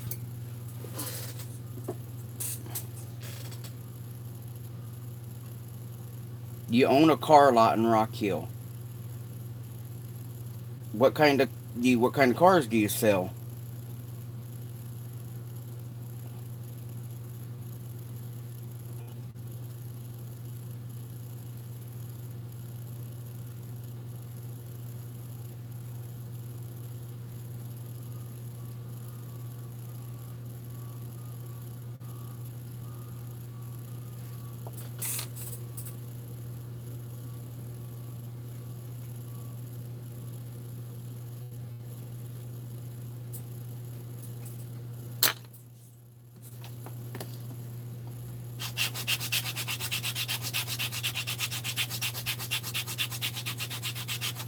Oh, heck yeah.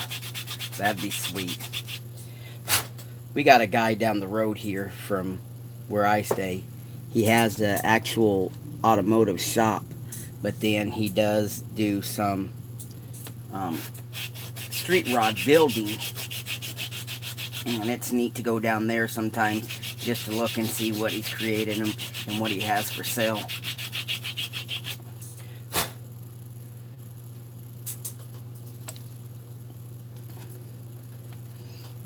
I always thought, me being a automotive enthusiast and what have you, I always thought it'd be super cool to fix up cars, to, and then try to sell them fixed up. Because what's sad is some of these kids are going out there buying a brand new car, trying to fix it up at the same time, and then when they lose their job, they've already put money into, customizing the car, and when they lose the car, most of the time they don't get to recoup.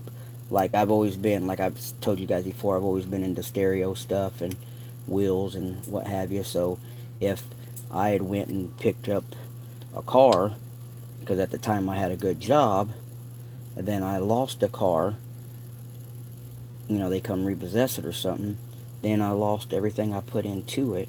Always thought it'd be neat to have the funds to build a car, and that way when somebody come, it was already ready for them, and it was all in one payment.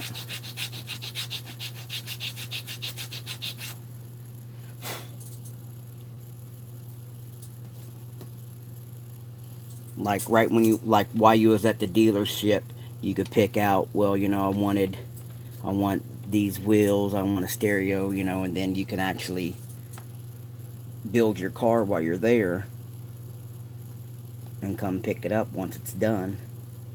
Always thought that would be neat.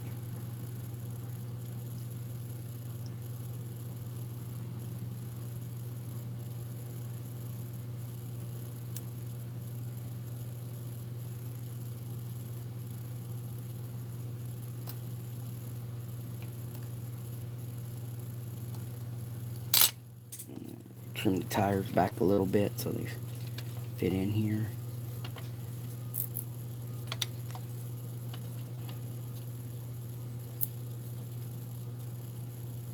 I think these are the wheels and tires I'm going to go with on this one.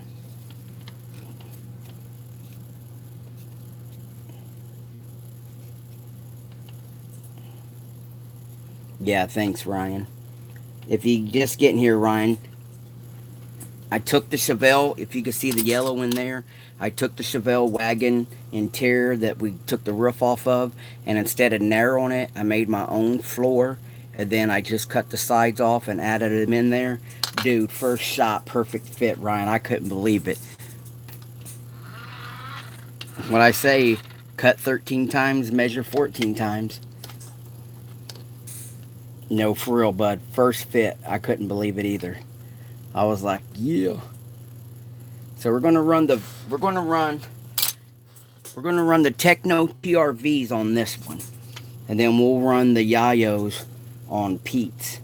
So that way, because we've already been mocking Pete's up with the Yayos, and we already know it sets right. I've got the stance set for him. Um, we don't know exactly which color to go yet. Me and Pete's been throwing around ideas, because the other three got nickname.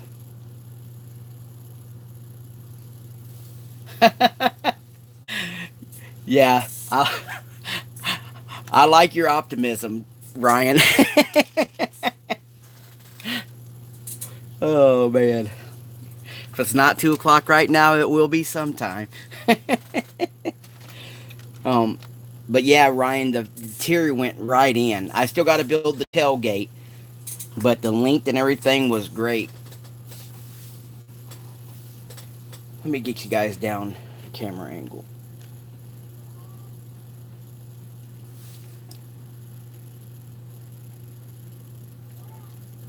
What do you guys think? Leave the end of the show like that on a good note. I want to get that Datsun grill. I just love this look of the older Datsun grill. Get.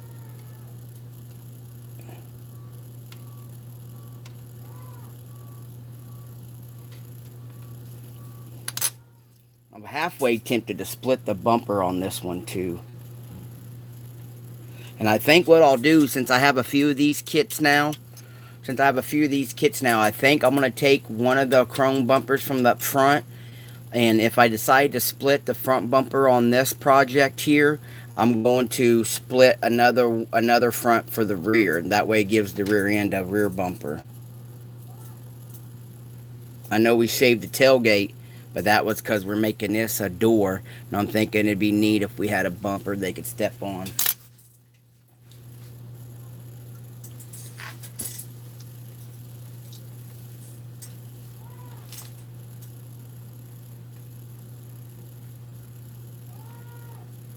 I thought about doing a pink one. Cotton candy.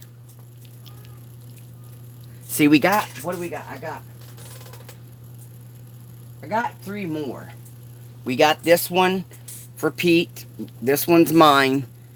I ordered a few of these sets, guys. I ordered 4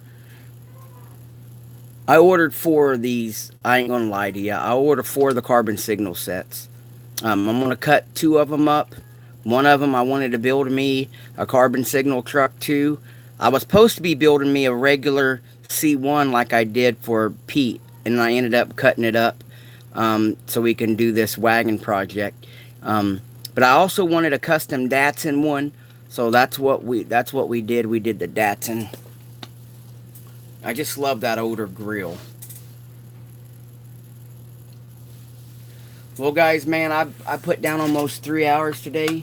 I don't know how the hell I done that. I appreciate all your guys' time and effort spent on me when you guys could have been doing something else. Hopefully what I've showed you today encourages you guys to, if you can dream it, build this shit, man. You can see.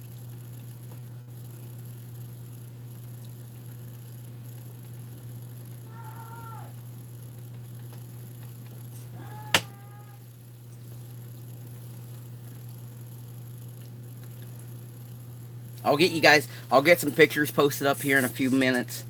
I'm gonna go eat some lunch. Maybe go to the grocery store or something.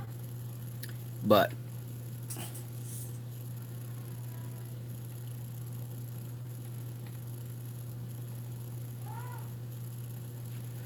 I'll have you guys, I'll talk to you guys later. You guys have a great day, and I'm out.